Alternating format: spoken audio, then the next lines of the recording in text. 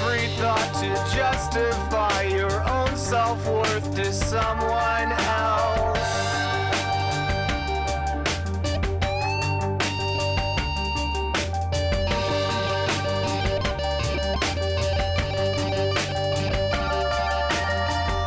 Again, what do I always say? Lost in the sauce, you can't escape. How unhinged can one chatter get? Don't ban him, mods, they're our new pet. Show me the light and set me free from this black pill reality.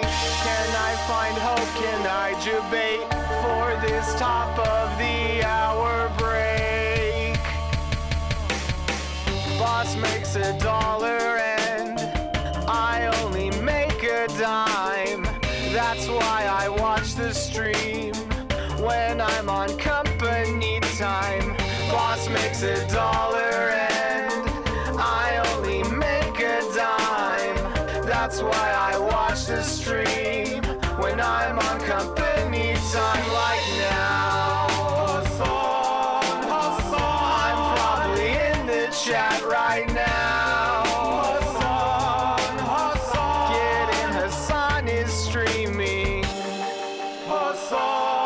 What's going on, everybody? I hope everyone's having a fantastic evening, fantastic afternoon, fantastic pre-noon, no matter where you are in the world. I'm Hasanabi Piker, and this is the Hasanabi broadcast coming to you live from sunny California, Los Angeles for the last day of this week, at least. We are live and alive, and I hope all the boys, girls, and MBs are having a fantastic one because today's a beautiful day. Today's a wonderful day. Today is December 2nd. 11:49 a.m. It's Monday, December 2nd, 2024, 11:49 a.m. And I'm a little late and I apologize, but there's a lot I had to take care of.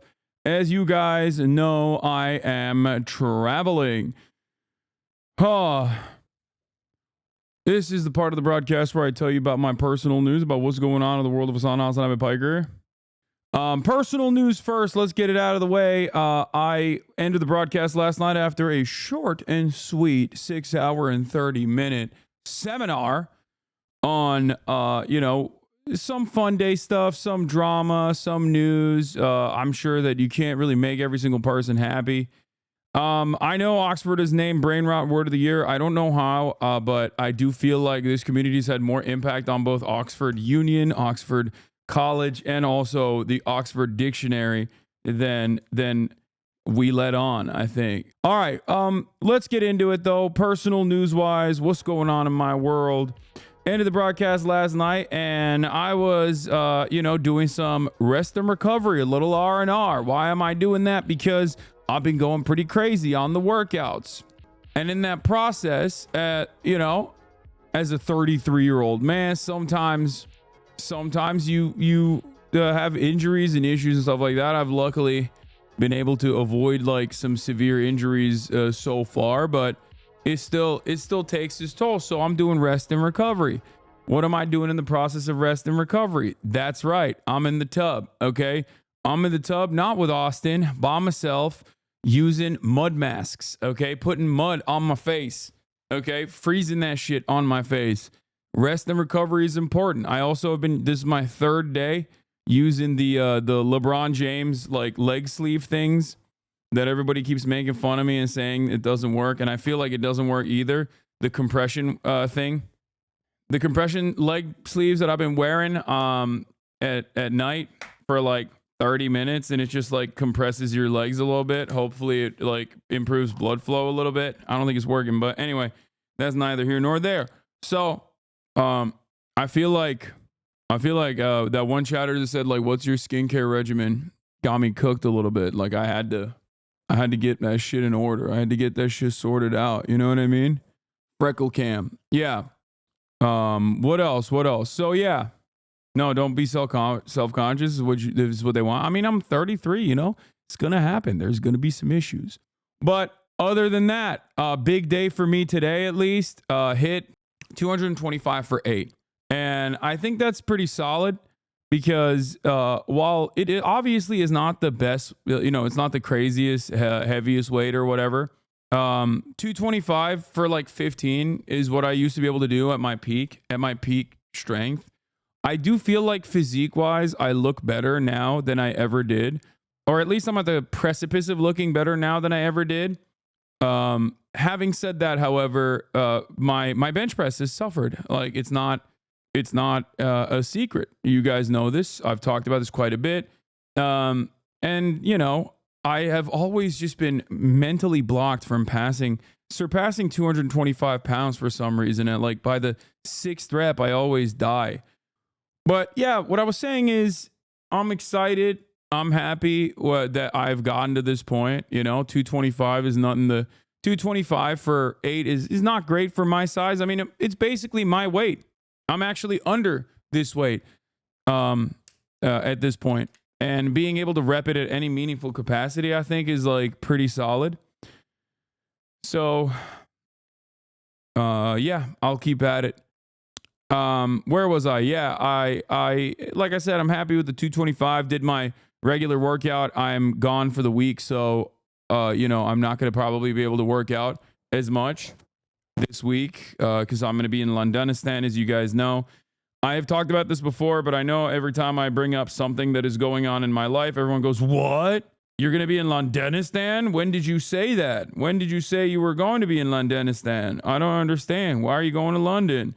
What the hell's going on? Will there be regular streams?" The answer is yes. There will be regular streams. I'm going to be streaming the 2 talks that I'm giving, both in Cambridge and also Oxford Uni. I'm going to the fucking Cambridge Union. I'm going to the fucking Oxford Union too. Both unis, lads. We're going there. We're talking about Israel, Palestine. It's going to be a fucking mix-up, right? We're going to do Tesco meal deals. We're going to get some fucking kebabs. That's right, lads. That's fucking right. Yeah. Hogwarts style.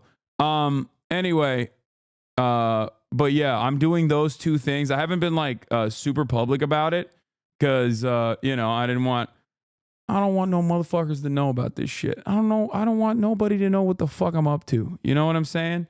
You don't need to know. So regardless, yeah, I got those 2 big speeches coming out. And apparently Norm was supposed to be debating Benny Morris at Oxford Union, but apparently Benny Morris pulled out because Ehud Olmert, he pulled out of the debate. So I'm flying out, and tomorrow at the regular time that I would normally be live at, I will be live from Londonistan.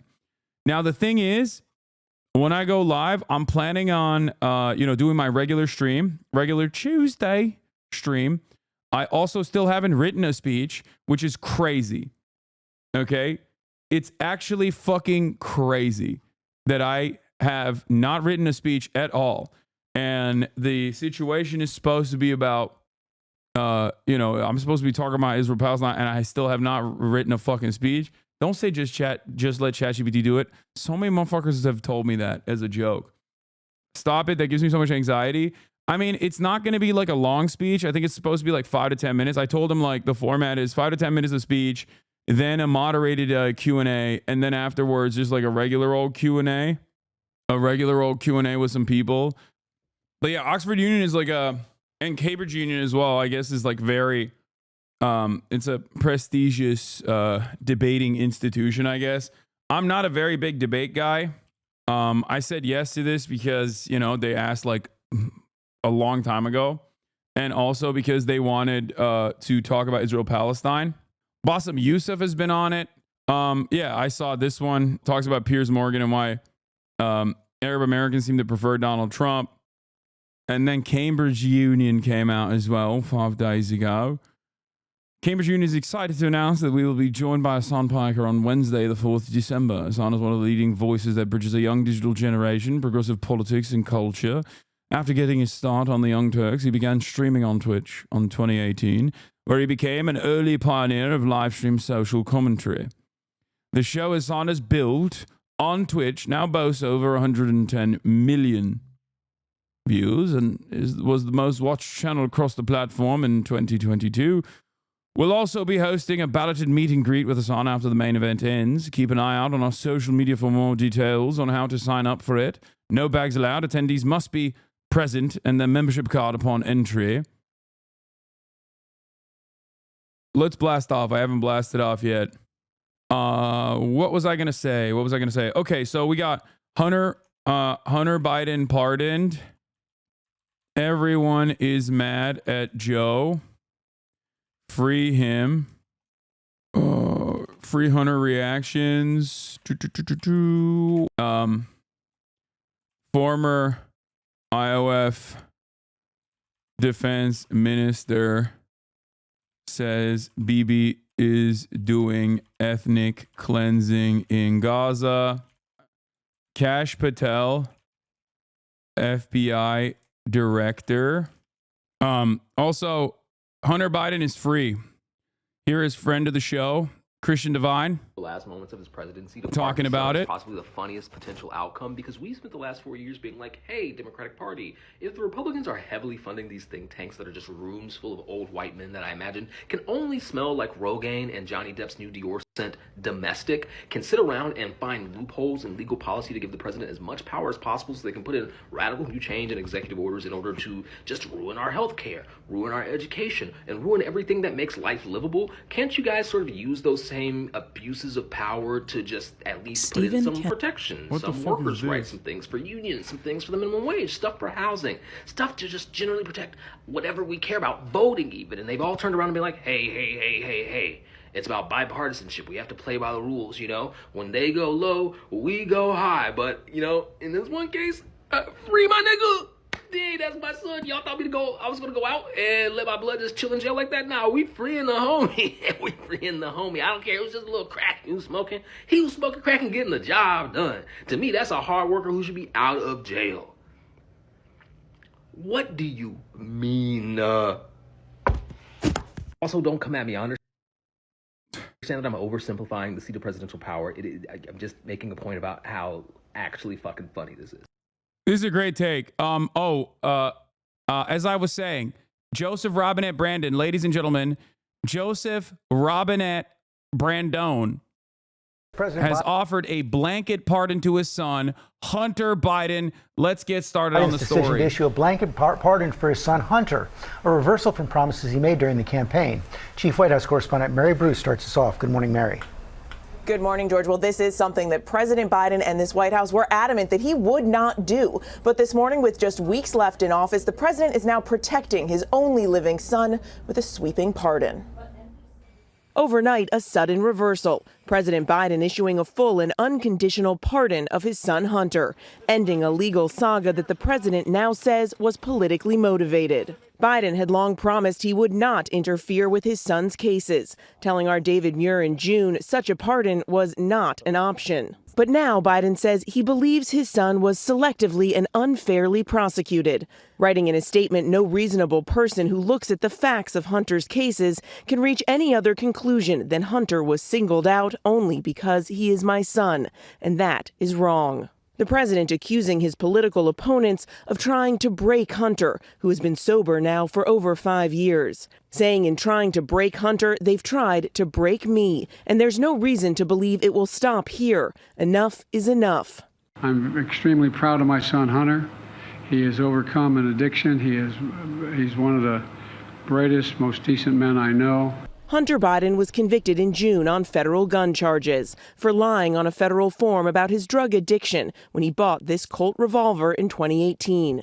And in September, he pleaded guilty in a last-minute deal to 9 tax-related charges, accused of avoiding paying $1.4 million in taxes while living lavishly, taxes he had since paid back. He was scheduled to be sentenced later this month in each case, potentially facing more than a decade in prison.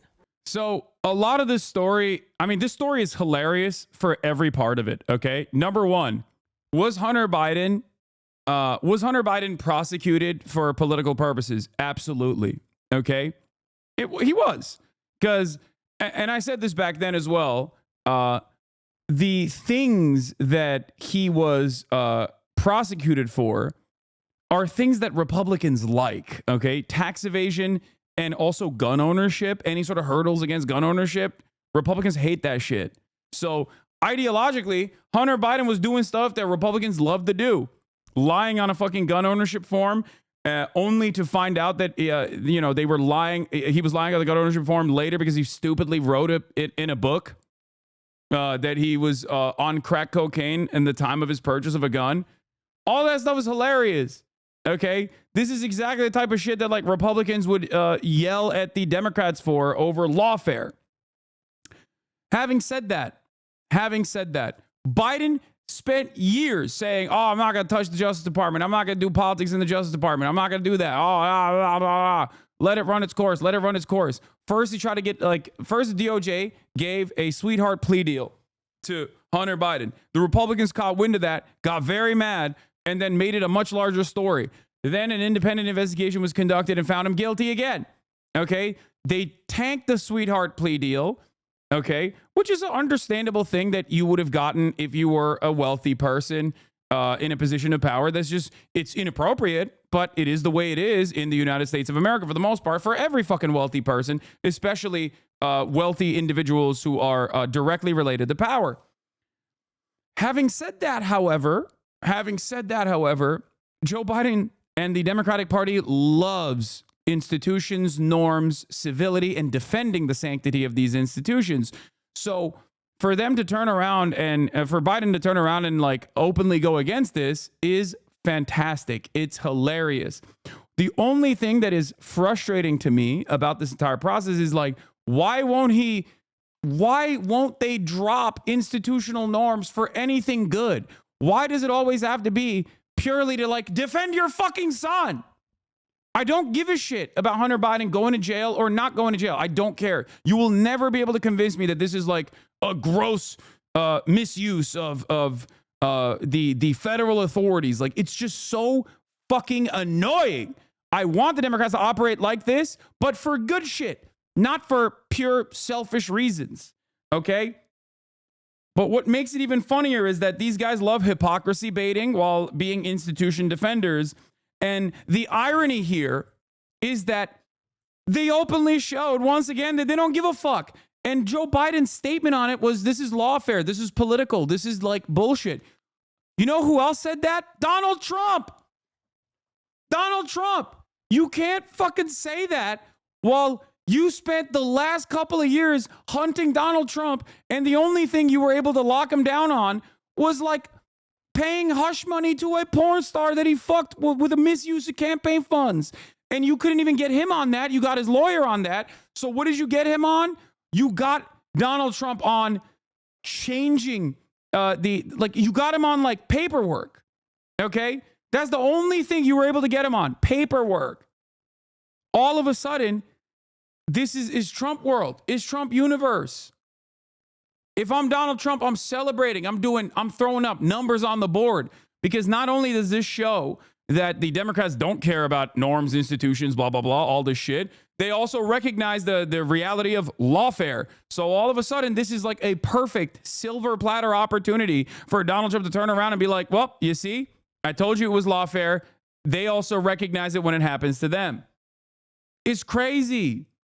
It's crazy. Now, before people say, oh, well, Hassan, Donald Trump did this. Yeah, I know, dude. I know he did. I don't even give a shit that, one, I don't give a shit that Joe Biden did this. I can't stress this enough. Of course he was going to do this. Get the fuck out of here. Okay? Number two, I do give a shit that Donald Trump did it. Okay? Because the stuff that Donald Trump did this for, the pardon powers that he used, was for like fucking murderers. Okay? For people who have done unimaginably bad things. Like, he specifically went in and pushed the military to no longer prosecute a war criminal. You know how hard it is for the Marines or for the American military to go, yeah, this guy was a little bit too crazy? You know how hard that is with Eddie Gallagher? You know how hard it is for the American military to go, yeah, this one guy may be a little bit too crazy. His own unit narked on him. His own unit, Eddie Gallagher, his own unit snitched on him. And that is after they openly said they were fucking up his sights, his scopes on his weapons, so he couldn't snipe children. Donald Trump saw that process and went, You got to stop that. That's a hero right there. You're going to give him his medals back. Think about how fucking insane that is. Okay? Anyway, so there are people that I never really gave a shit that Trump used his pardon power on, and I even said was good, you know. Getting A$AP Rocky out of jail, good stuff. You know, I guess pardoning Kodak Black is interesting.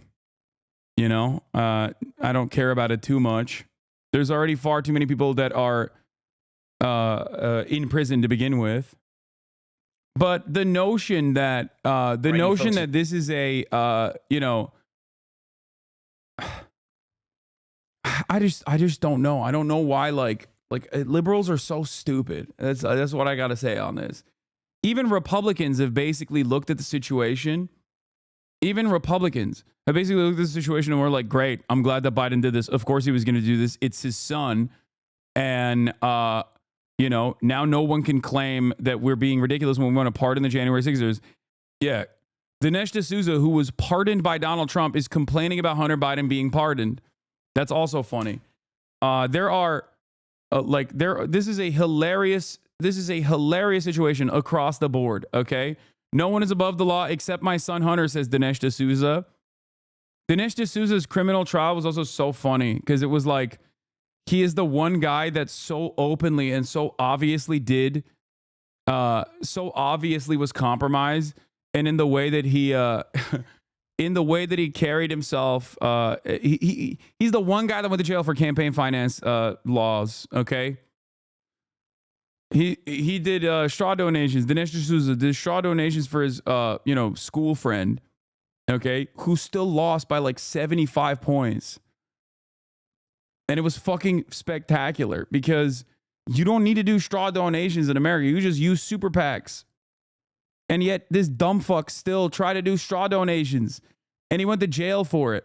And he did a whole documentary about it. All right. I'm all over the place right now. My ADHD is going out of control. Let's continue with this. None of that. The president's pardon is sweeping, covering not just those charges, but any uncharged crimes between 2014 and 2024. That blanket pardon is pretty crazy, by the way. It goes hard. It's like Hunter Biden until last night had the opportunity to do more crimes and he would be free of federal prosecution, which is crazy. Like tax evasion, it's completely unacceptable, right? Lying on your forms when you're purchasing a gun, also completely unacceptable. Having said that, however, these are both instances where there's a shit ton of lenience, especially in terms of like tax evasion is one of those crimes where it's like, if you get caught doing it, they come after you and they say, you have to pay this fee. And then that's it. You know what I mean? That's it. You fucking pay it back. You're like, I'm so sorry. I didn't realize this was the case. I'm paying it back, which is, you know, exactly what he did, if I'm not mistaken. Yeah, you pay it back plus a penalty. It's just like complete fake outrage. The people that are like genuinely upset about this. I guess like the only thing I'm upset about it is that like Democrats don't use this kind of like Democrats don't use this kind of like obvious grift and hypocrisy and abuse or you know, the misuse of power that you have for anything good. And I despise that. Okay. I hate that they don't do that. It's very frustrating to me. And I wish they did it for like actually good things. He should do this for broad clemency. Like he should do that. For months, the president intentionally avoided commenting on the specifics of his son's cases, not wanting to give the appearance of interfering, instead stressing his support for Hunter as a father. I love him, and he's on a straight and narrow, and he has been for a couple of years now, and I'm just so proud of him. While at the White House, aides were emphatic that the president would not step in on his son's behalf. We've been asked that question multiple times. Our answer stands, which is no. But now the president says, here's the truth. I believe in the justice system. But as I have wrestled with this, I also believe raw politics has infected this process, and it led to a miscarriage of justice. Adding, I hope Americans will understand why a father and a president would come to this decision. The about face comes just weeks before President-elect Donald Trump is set to take office. Trump has vowed retribution against his political opponents and has repeatedly bashed Hunter and the Biden family, accusing them without evidence of corruption. President Biden clearly did not want to leave his son's fate in the hands of Trump's Justice Department. Now, in a statement and a post, Trump says the pardon is the abuse and miscarriage of justice here, while in a statement, his spokesman argues the president's move underscores Trump's claims that the Justice Department has been weaponized, saying, quote, that must be fixed, and saying that is what Trump intends to do when he returns to the White House. George. Okay, Mary, thanks. Let's bring our chief legal analyst, Dan. It's like, oh man, I can't believe the Justice Department is weaponized against you. That's crazy. That's crazy. I can't believe that happened. Also, now Trump can just like turn around and say, this is what has happened to me. I mean, even the Democrats don't give a shit. That's what's so crazy about it. Even the fucking Democrats don't give a shit. They dropped Trump's cases already because he's president now. Okay? So I guess they weren't wrong. I guess Trump wasn't wrong when he said, this is lawfare. You're only coming after me because I'm standing in the way, you know? Which is it?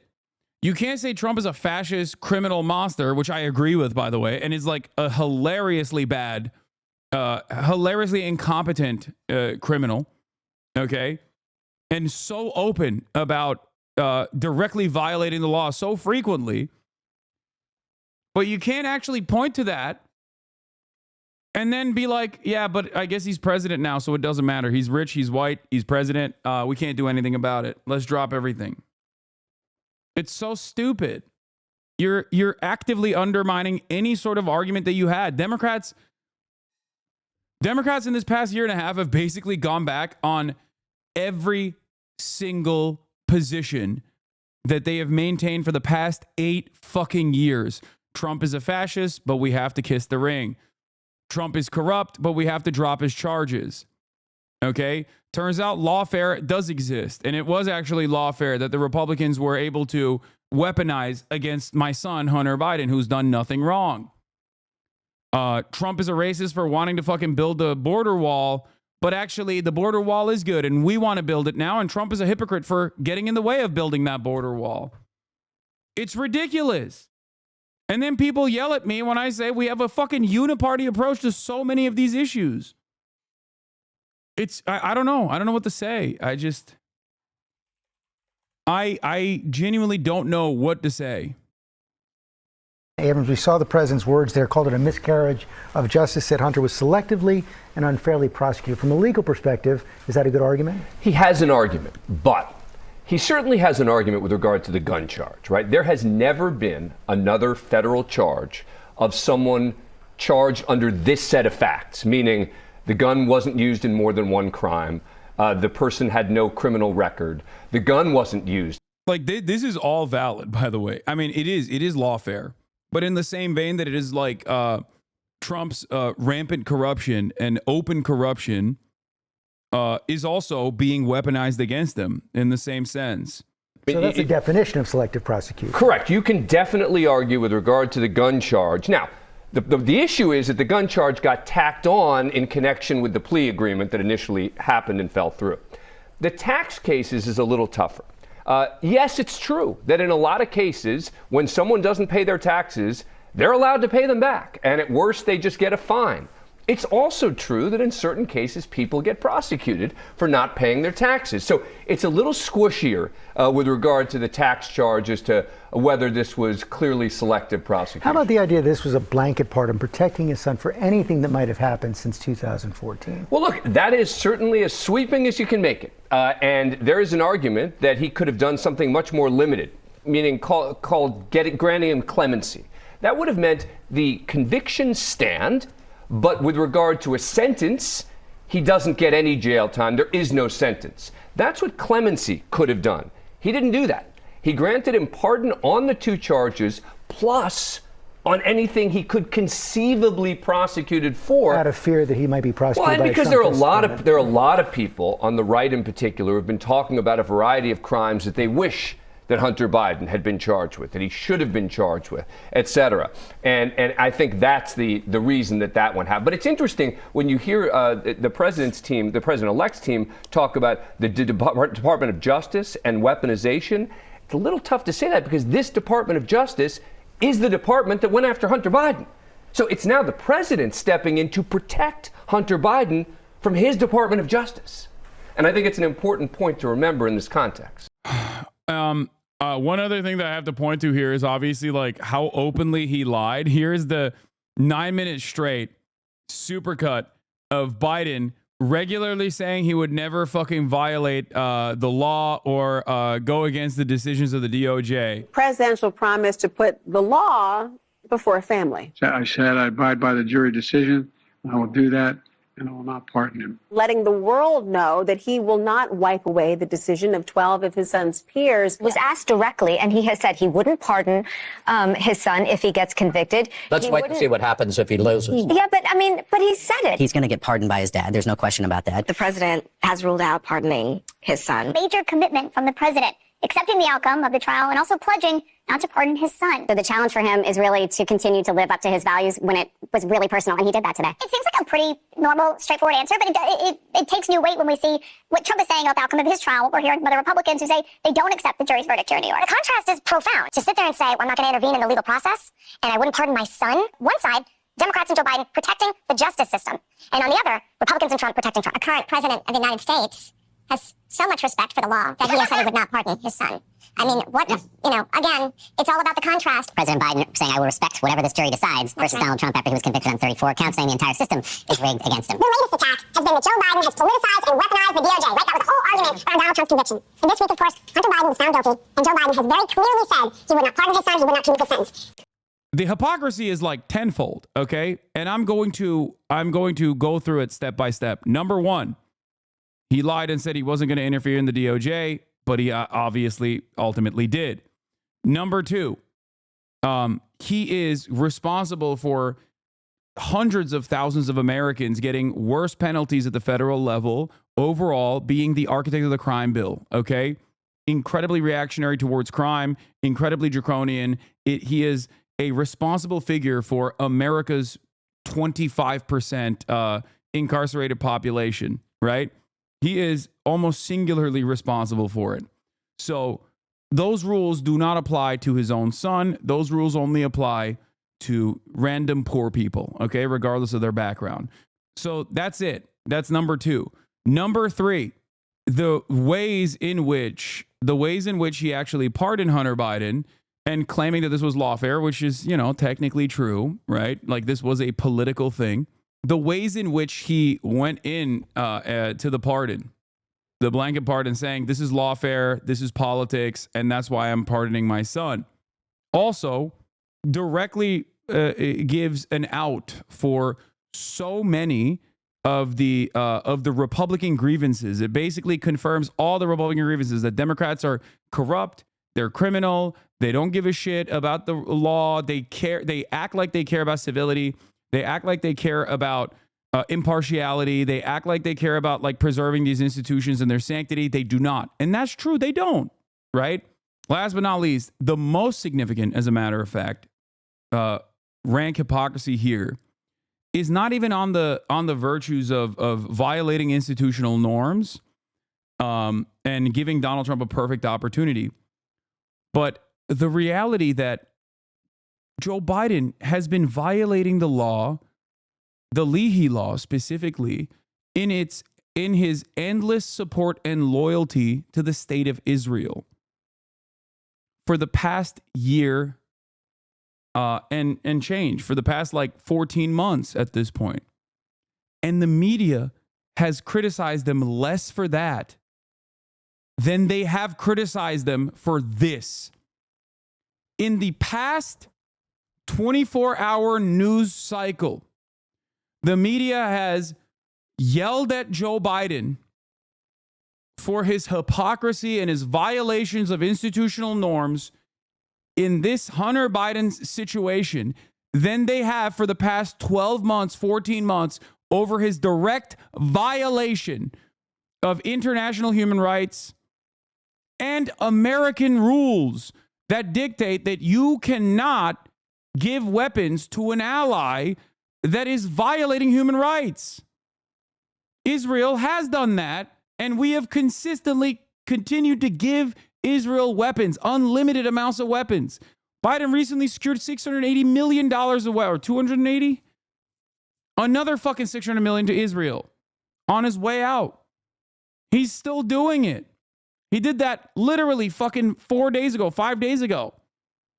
Despite the fact that there is countless amounts of evidence, not just from NGOs and international organs of justice, but also evidence directly from the State Department that shows Israel is violating human rights by refusing humanitarian aid to reach a civilian population that it is currently in a bombing campaign over, that is currently genociding.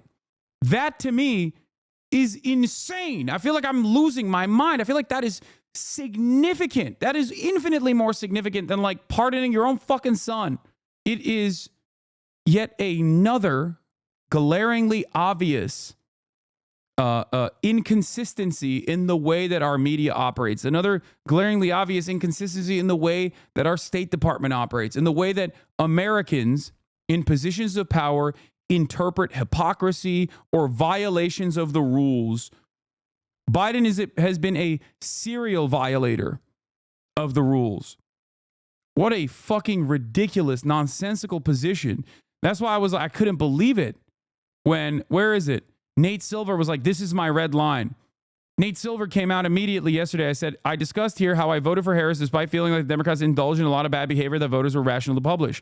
After the White House lying about the Hunter pardon, I'm not sure how much more I can tolerate. I won't vote for any Democrat in 2028 that doesn't repudiate the pardon within 48 hours.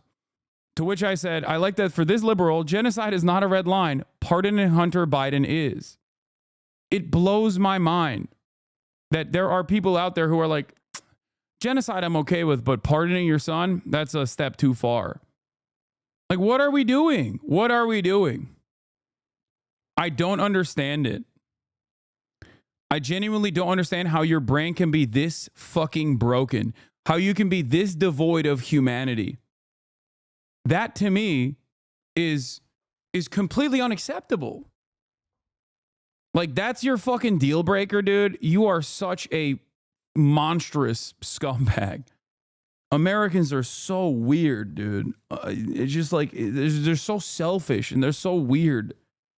Like, how do you look at so much death and so much destruction every single day and then turn around and go, yeah, that's fine. We got to do that. We have to do that. We have to let Israel rain hell upon undeserving civilian populations over and over again. But God forbid a president fucking pardons his son for some fucking low level offenses, you know? So while on the one hand, while I understand the hypocrisy argument, especially not on terms of like lawfare, but especially because Biden himself is a person throughout his career that has advocated to institute harsher criminal penalties for low level offenses in general, turning around and like pardoning his son is you know, obviously ridiculous. Especially when it's not packaged with any sort of additional clemency. But the very fact that we are more hyper focused on this nonsensical shit and lose our minds over this is so silly. Like, it's just, I don't know. Also, Ested pointed this out earlier today, but there was an NBC article that buried the lead here, and I find it very interesting, but Ested says, don't really have a take on the Hunter Biden pardon, except I found this to be a wild admission. This doesn't sound like messaging or spin, but an explicit decision to lie, buried in the 14th paragraph of the NBC story that broke the news. The president has discussed pardoning his son with some of his closest aides, at least since Hunter Biden's conviction in June, said two people with direct knowledge of the discussions about the matter. They said it was decided at the time that he would publicly say he would not pardon his son, even though doing so remained on the table.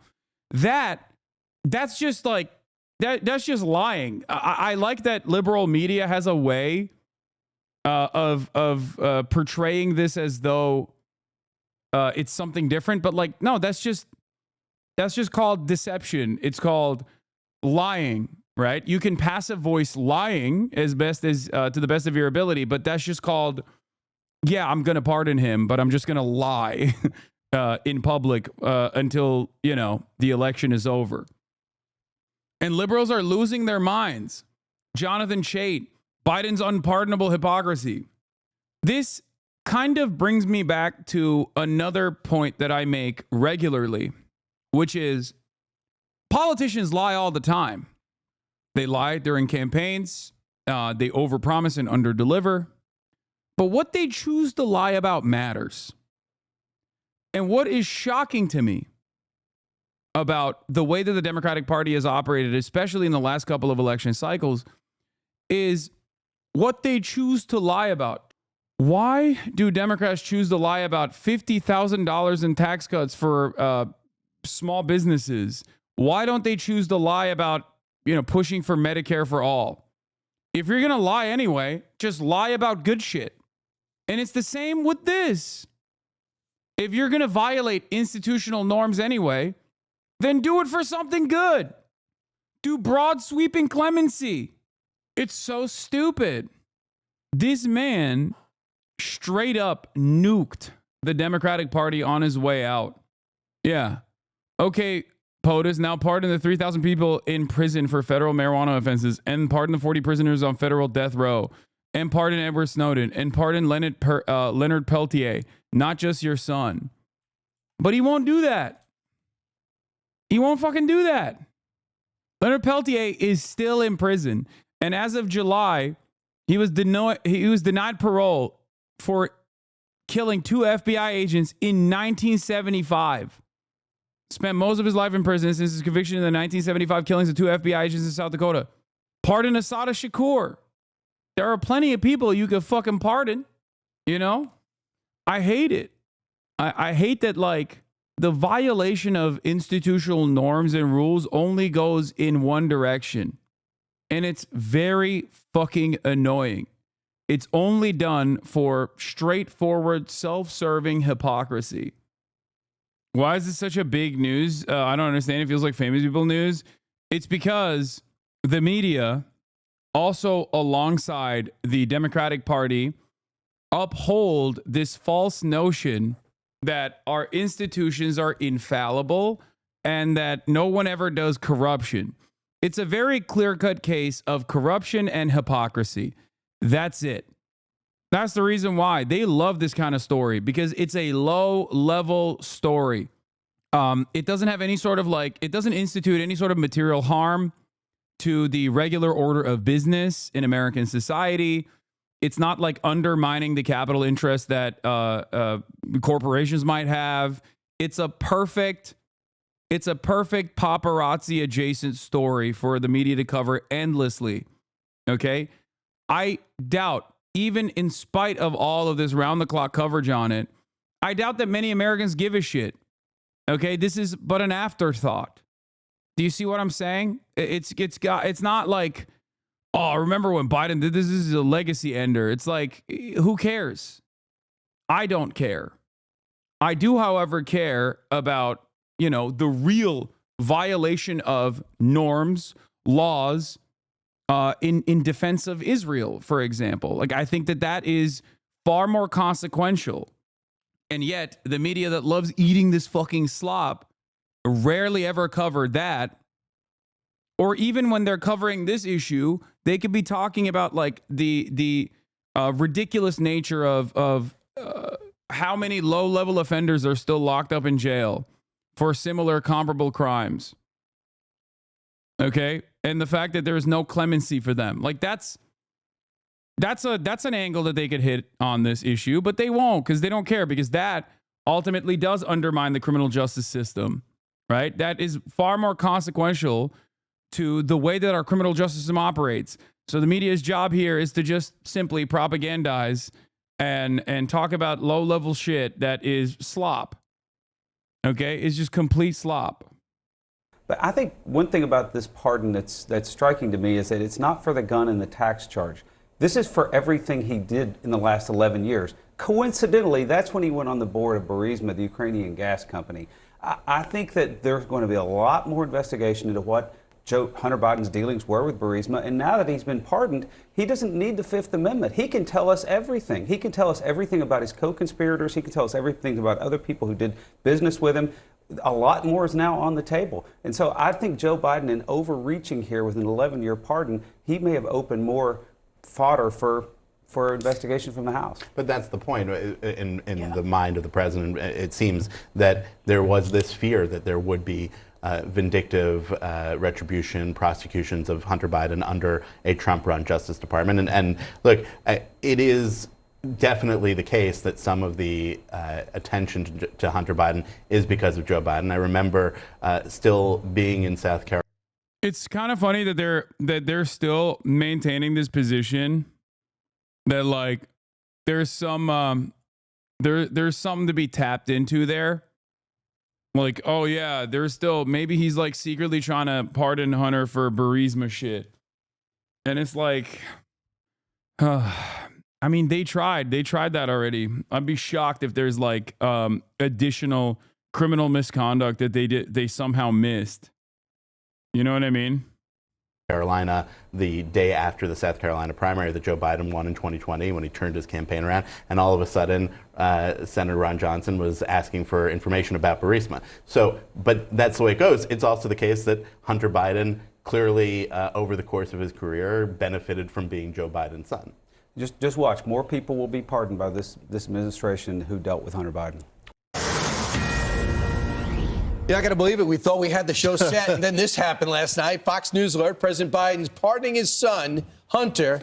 Right. So we knew this was going to happen, but we just couldn't believe the audacious way it did happen. Number one, I think it took almost zero courage.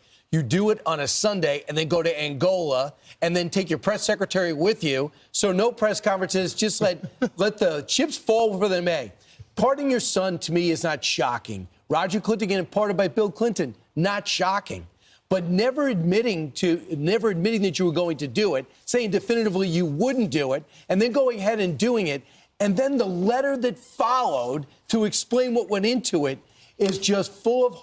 There's nothing funnier than Republicans who have regularly demanded open corruption and have gotten it, and have also gotten mad when any sort of like glaringly obvious and incomprehensibly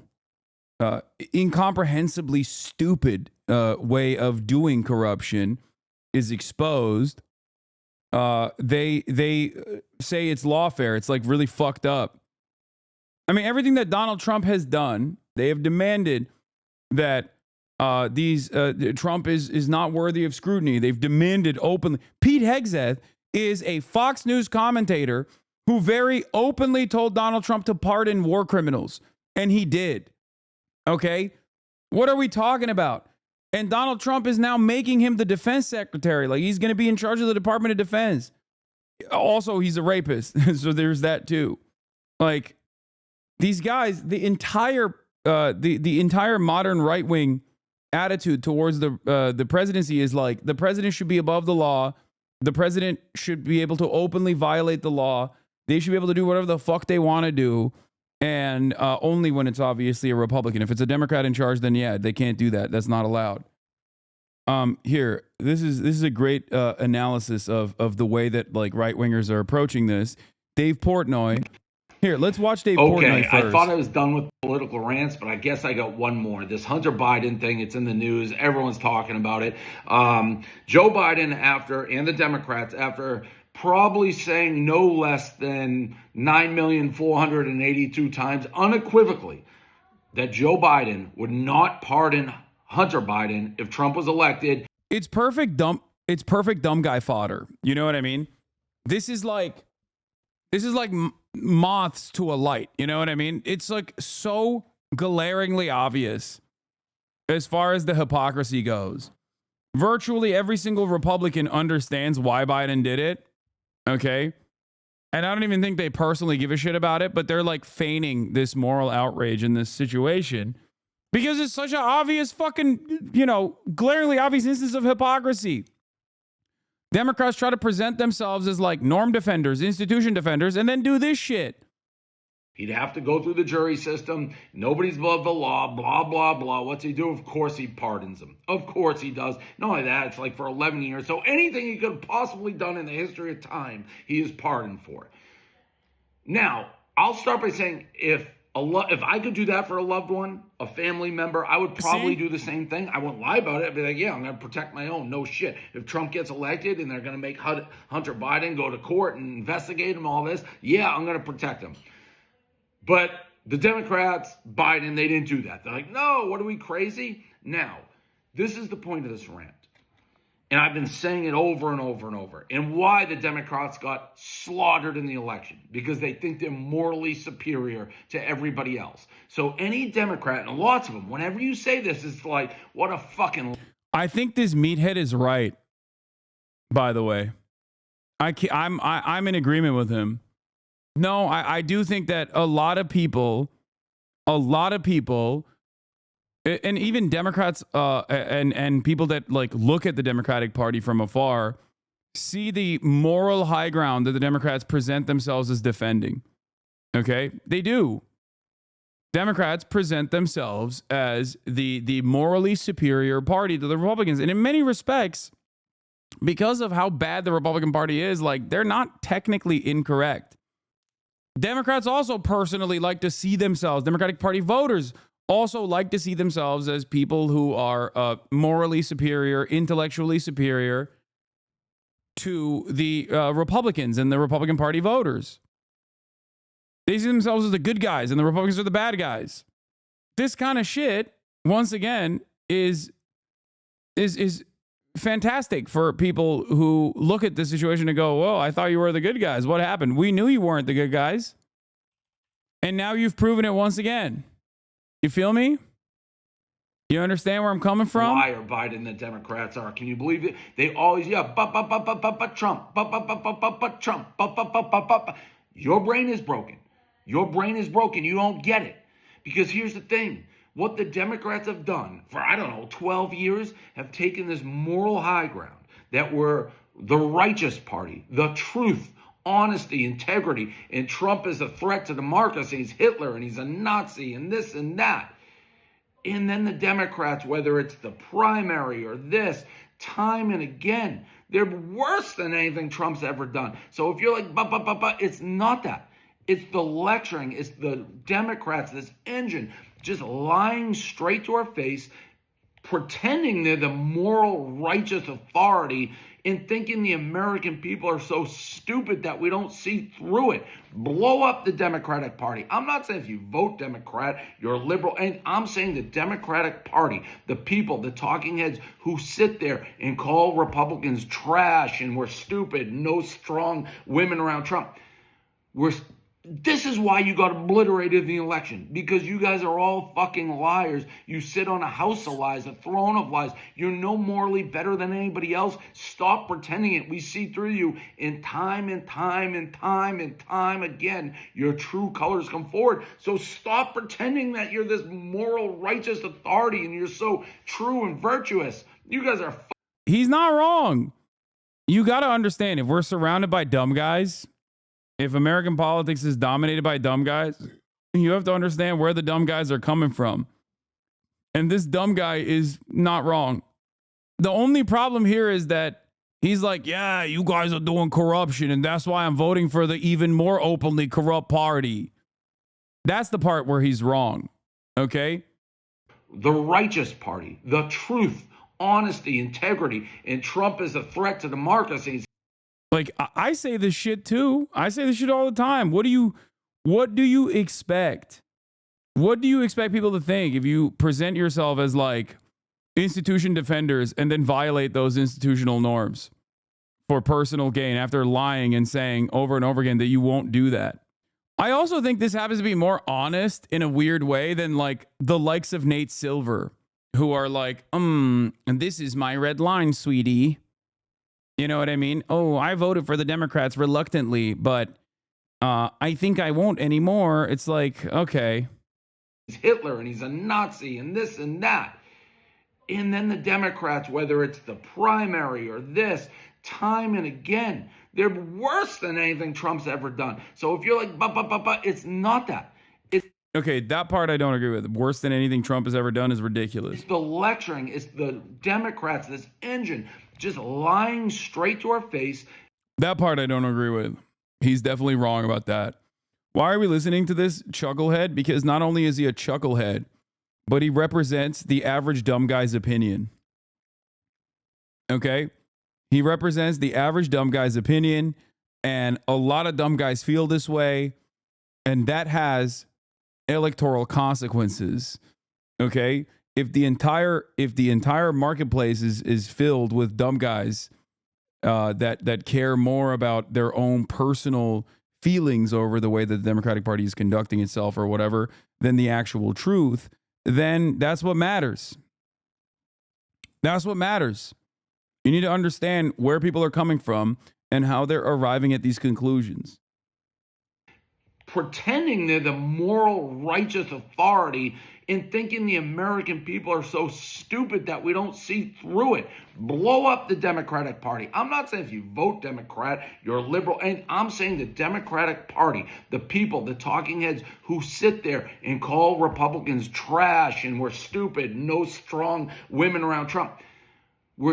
This is why you got obliterated in the election, because you guys are all fucking liars. You sit on a house of lies, a throne of lies. You're no morally better than anybody else. Stop pretending it. We see. I think it's the sanctimonious, smug attitude that Democrats present themselves as that very clearly is not the truth. The Democrats, if they behaved this way and they actually cared about the institutions, I guess they could at least have like some kind of saving grace.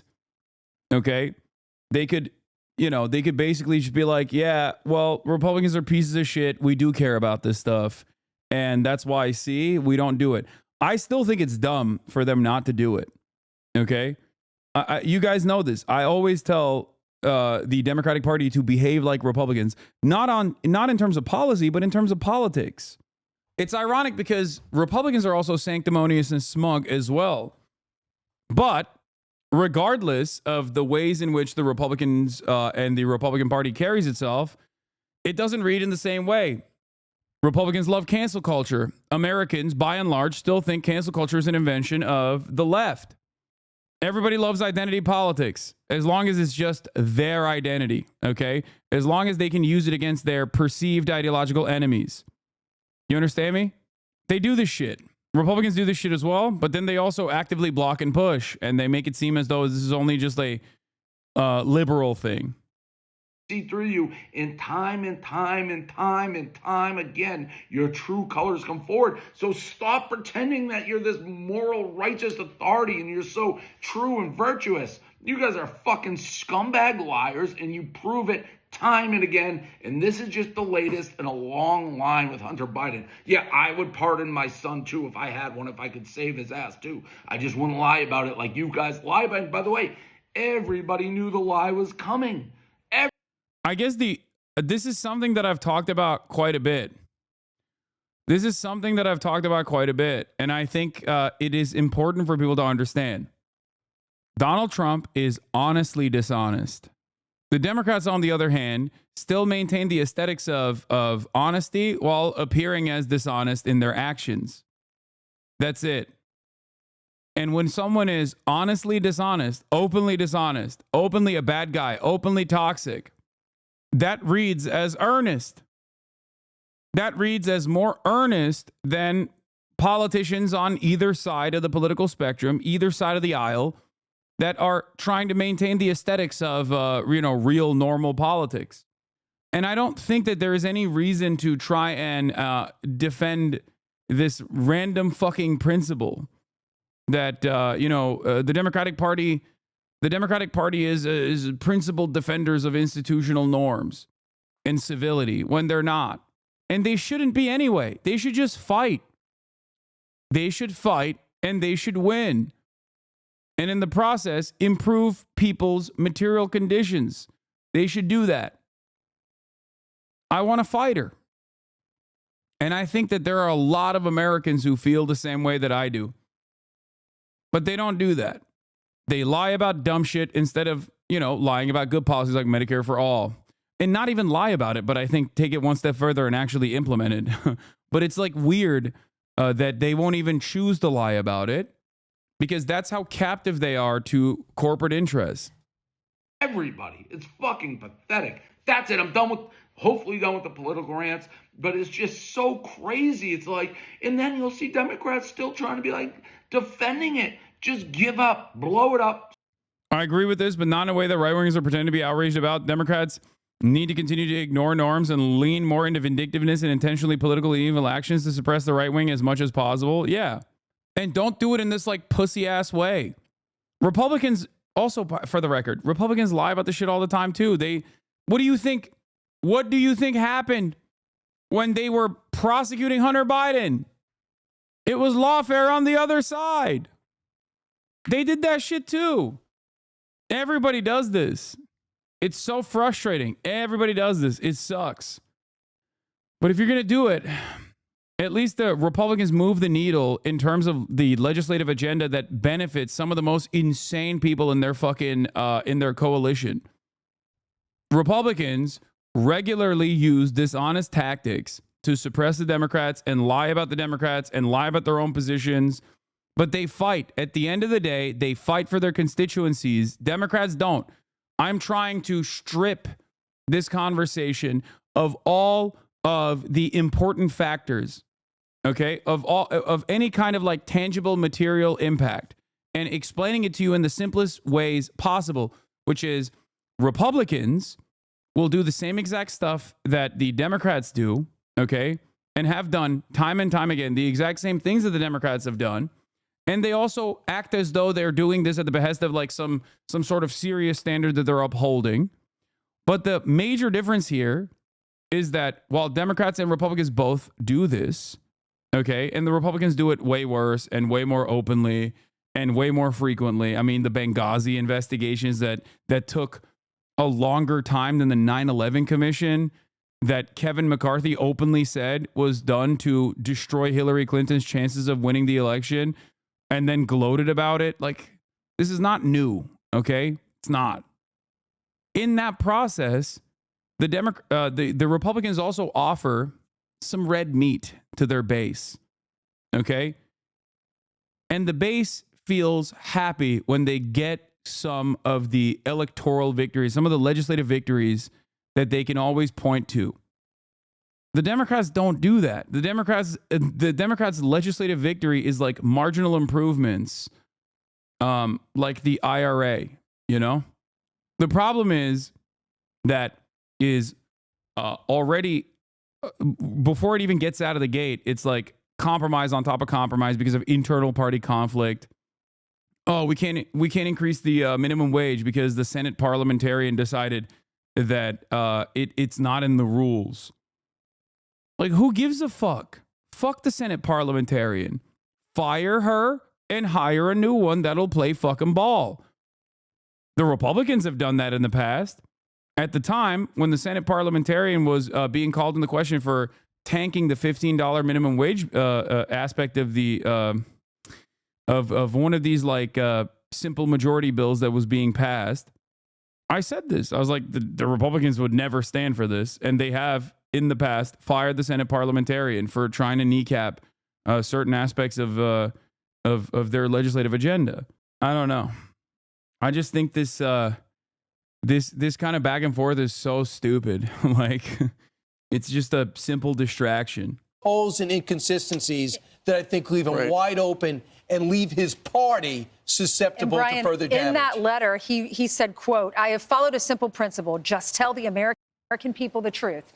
No, you lied to us so many times, but about this specifically, you said you were not going to pardon your son. You said it over and over and over. You said you didn't know anything about your son's his businesses. You never discuss it. Then there's video or pictures of you playing his business associates. You said you didn't know anything about your brother with Burisma, but he lied about this, and I think he was always going to pardon. He just lied because he was running for president, and he didn't want that to hurt him and affect the election. He decided over the weekend. Yeah, so but listen to this. Here's why I think that he thought about it. And he knew he was going to do this. The sentencing for Hunter is in a few days, December 12th.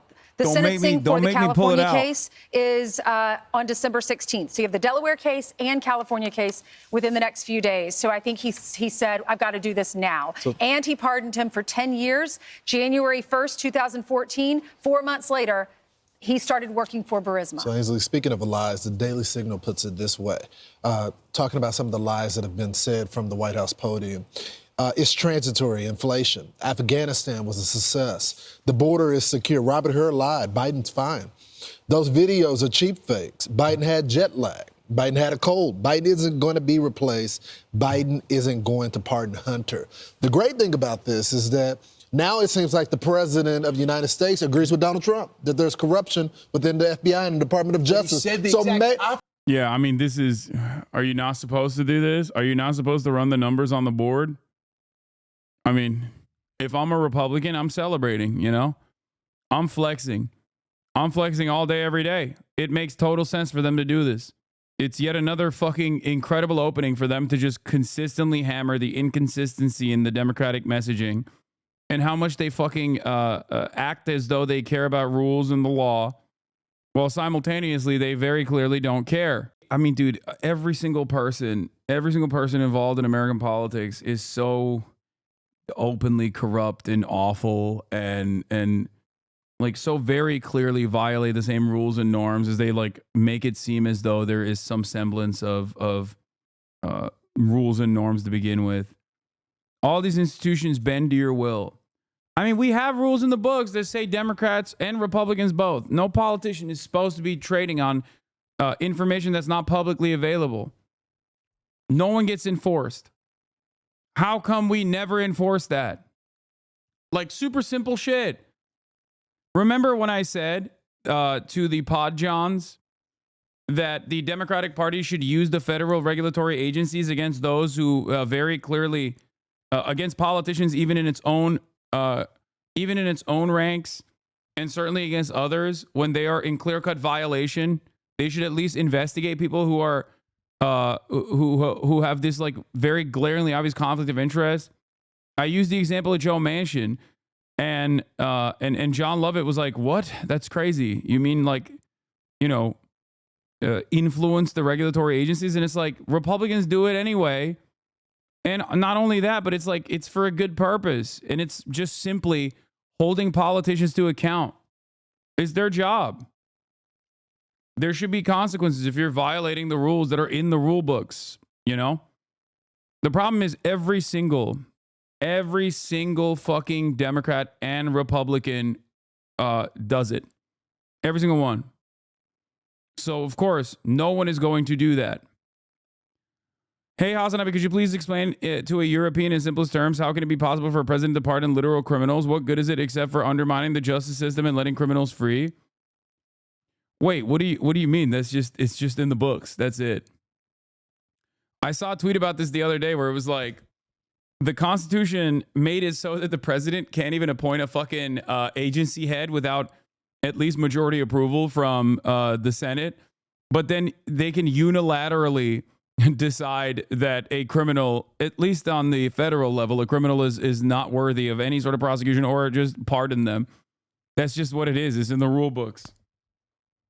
I think a bunch of countries have this though. It's not that crazy. Is it? Is it that crazy? Guys, I'm gonna be honest with you.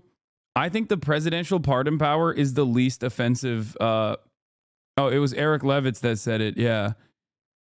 The Constitution, in its infinite wisdom, bars the president from appointing an ambassador to Luxembourg without first getting majority support in the Senate, while giving him unilateral authority to decide who is and who is not accountable to federal laws. But I honestly don't think it's that bad. America, in spite of its like insane crime punishment culture, has like a couple weird things that I actually agree with, a couple based opinions. And one of them is that if you're a criminal and you're in prison, you can't vote, which is crazy in certain states, but you can still run for office. I love that. I think that's awesome. And I think that's valid. Also, criminals should be able to, while serving their sentence, be able to vote. I still think it's ridiculous that they can't. Okay? So that's number one. Number two, I don't have an issue with the pardon power. I think that it is not a bad thing. I think it's a good thing. It's just never used in the appropriate direction. Or often, I guess, the way that we interpret it is like, oh man, presidents love pardoning their friends. And it's true, they do that. As Fox News pointed to Bill Clinton, and even openly admitted that they did that for, Donald Trump as well.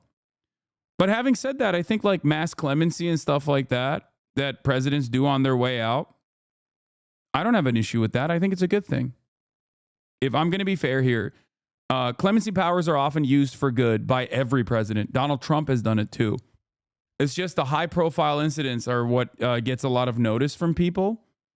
And they forget that like there are a lot of low level offenders or people who've been people who've been imprisoned for far too long that get clemency. So as Lol Overruled pointed out, Obama offered clemency to 2,000 people. Obama also pardoned Chelsea Manning. There are even high-profile incidents that are good. Sometimes it is a way to correct the record, where like Donald Trump, who was the one boxer that was the first ever. It was like the invention of the FBI too. The black boxer that got arrested for white women trafficking. Donald Trump pardoned him post-mortem.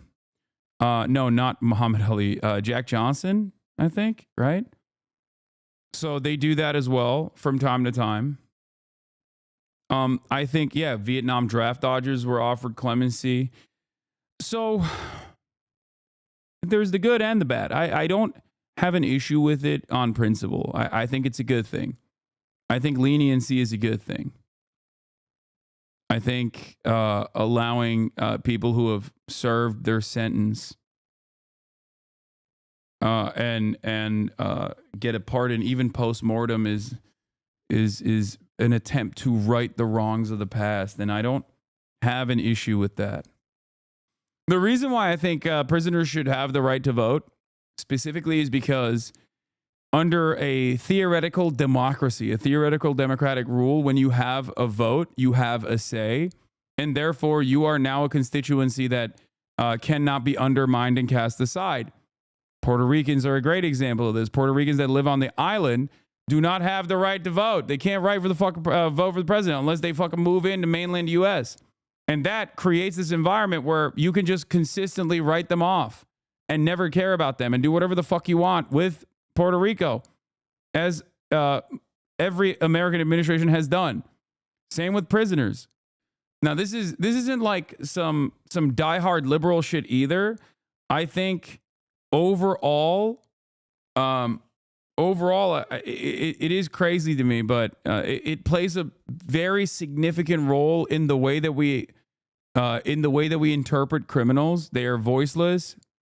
They are incredibly marginalized, and many people just write them out and say, nah, fuck it, like they deserve it, not realizing that so many of these criminals are not fucking rapists, murderers. You know what I mean? They're victims of circumstance.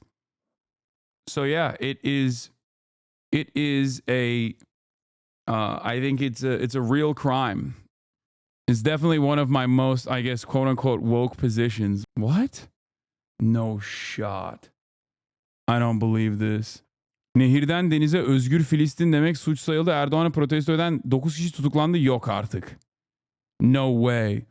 The Turkish government has officially made it illegal to say from the river to the sea, Palestine will be free, and has arrested 9 people. I don't know if this is valid or not. 9 arrested for confronting Erdoğan about ongoing trade with Israel. Oh, that's the real reason why they got arrested. Am I missing part of the plot, or why would Turkey do that? Oh, where do I begin? Turkey is a NATO country. And as a part of its NATO position, having the second largest standing military in NATO, Turkey operates at the behest of American empire, regardless of what Recep Tayyip Erdoğan aesthetically postures as. On top of that, Recep Tayyip Erdoğan is very corrupt, and he has always maintained normal trade relations with Israel, despite the fact that the Turkish government, that got a shit ton of public pressure, made it seem as though they were not interested in trading with Israel. They put they put a ban on trading with Israel very publicly. And then they continued trading with Israel regardless. They just, decided to either change the ports that the trade was being conducted in, saying that they were no longer shipping it to Israel, but instead shipping it to occupied Palestinian territories, or sometimes even continuing to play a role in the supply chain from Azerbaijan to Israel that is still approximately 30% or even higher than that, a higher percentage of that of their energy grid. The Israeli energy grid is powered by Azerbaijani oil, Azeri oil that comes from Azerbaijan, goes through Turkey, and then goes into Israel. Now, on the main stage, this watermelon salesperson will fucking claim that he hates Israel. But the reality of the matter is he still loves getting money from Israel. And a lot of people are understandably very frustrated with Recep Tayyip Erdogan's inconsistency.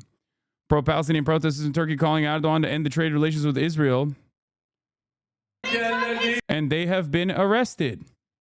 Let's take a look. Oh, here's Greta explaining It's an urgent call to action. On November 11th, we must stand together at Turkish embassies worldwide to demand an end to Turkey's and Azerbaijan's complicity in the violence against Gaza. President Erdogan talks of solidarity. Yeah. Oh, by the way, it's 30% of the entire Israeli energy grid, but 50% of the oil Israel imports passes through Turkey. 50% of the oil. Turkey could institute a blockade if they wanted to. They just never will because they're a NATO country, and that would go against the interests of the United States of America. Turkey could also, directly shut off the pipelines that go through Turkey from Azerbaijan into Israel. But they don't do that either. In the violence against Gaza. President Erdogan talks of solidarity with Palestine, but Turkey's ports remain open, allowing oil to flow to Israel, fuel for the very machinery slaughtering Palestinians. The BTC pipeline, run by BP and Azerbaijan's state-owned oil company Sokar, supplies nearly half of Israel's oil. Erdogan and Aliyev profit by securing their foothold in the global energy market, while Palestinians pay with their lives. This year, the climate meeting COP29 will be held in Azerbaijan, where they will try to greenwash their repression against their own population and complicity in the genocide in Palestine. This global campaign demands accountability. On November 11th, we'll gather at Turkish embassies around the world to demand justice for Palestine and Turkey and Azerbaijan to end their complicity. Stand with us. Why would the Azerbaijan admin be cool with it? What, sending fucking oil to Israel? What do you mean? They get money for it. And also, Israel has basically funded the Karabakh operations in its entirety. Well, not funded, but Israel gave the weapons to the Azeri army to purge Armenians from Karabakh. They did that. So, yeah, that's they have a long-standing allegiance for that reason. But most importantly, the reason why Greta Thunberg is coming out with this initiative is because she's 100% right that Turkey and Azerbaijan play a very important role in the Israeli energy grid. And the reality of the matter is, regardless of what Erdogan says, what Erdogan does is very different. And I'll give you another example. The Mavi Marmara blockade. I forget what year it was, but when I was a young boy, there was a Turkish humanitarian aid ship that went through the Israeli blockade to offer humanitarian aid by way of the Gaza ports a long time ago, 10 years ago. Or no, it was before 2014, I think. When the fuck was it? Let me look. I'll just look this up. I don't want to say it wrong. The Gaza in 2010. The Mavi Marmara was purchased in 2010 by IHH, Turkish NGO. Wait, hold on. When the IHH classified Israel and Holland as a terrorist organization, much of their money goes to the Union of Good, which is specially designated terrorist group by the U.S. Foreign Assets Control, blah, blah, blah, blah, blah. IHH Turkey has denied any links to the groups in Germany. Oh, the UN report stated that knives in the ship's kitchen. Okay, all of this is literally just ass covering. God damn, Wikipedia is so fucking morally bankrupt. Okay, so the flotilla, the humanitarian aid ship, okay, passes through the Israeli blockade on Gaza. The ship took part in a flotilla ship operated by activist groups from 37 different countries with the intention of directly confronting the Israeli blockade over Gaza. On May 30th, 2010, while in international waters and en route to Gaza, the Israeli naval forces communicated that a naval blockade over the Gaza area was in force and ordered ships to follow them to the Ashdod port or to be boarded. The ships declined and were boarded in international waters. The boarding started at 2 a.m. They came in with helicopters and they dropped into the ship and they slaughtered the humanitarian aid workers. Reports from journalists on the ship and from the UN report on the incident concluded that the Israeli military opened fire with live rounds before boarding the ship. And not only did they do that, in the aftermath of them boarding and killing a bunch of the humanitarian aid workers, they turned around and said, it's because our commandos were scared because they had knives. Passengers on the ship actively attempted to thwart a landing on the ship by Israeli commandos. In their violent clash that followed, 9 activists were killed, and a 10th died 4 years later of his wounds. Several dozen activists were claimed to be injured, some seriously. Israel claimed 10 of its soldiers were injured, 1 seriously. The UN report stated that knives on the ship's kitchens, plus 1 traditional ceremonial knife, some catapults, slingshots, and metal pipes the passengers cut from the ship's railings were found. They had to come in with a attack helicopter and, start shooting from the helicopter and board the ship and shoot and kill 9 humanitarian aid workers. And then they turned around and said, oh, they had knives. Recep Tayyip Erdogan, understandably, was very critical of this process and was very mad at Israel. Recep Tayyip Erdogan never stopped allowing the Israeli Air Force and its pilots from training on U.S. soil as a part of NATO operations. So once again, what Recep Tayyip Erdogan says and what he allows is very different. Yeah, this is it. This is what the Israeli government posted as a serious threat to their soldiers. Israel at the time did some funny Hasbara shit as well. If you recall, I've covered this before on the broadcast. Here's what they had said. Hold on. Let me see if I can find the IDF. Mavi Marmara passengers attack IDF soldiers before soldiers board ship. How were they able to do such a thing? Activists waving metal bars later used for hitting soldiers. Wow. Wow, look at this attack against the Israeli military. Unconscionable. Stun grenade thrown at soldiers is a lie, by the way. They did not have stun grenades. Boxes of plates thrown at soldiers. Yeah, they were spraying them with water in the water. I thought they came in with a helicopter. Am I misremembering? I guess they were trying to get on with a boat as well. Radio transmission from Mavi Marmara to Israeli Navy. Go back to Auschwitz. We're helping Arabs go against the U.S. Don't forget 9/11, guys. This is what they claimed the radio correspondence between the IDF and Mavi Marmara was at the time. Deputy White, this is the Israeli Navy. You are approaching an area which is under a naval blockade. Shut up. Go back to Auschwitz.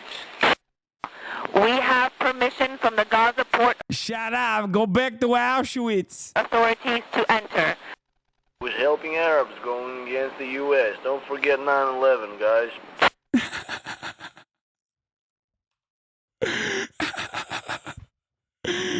Oh.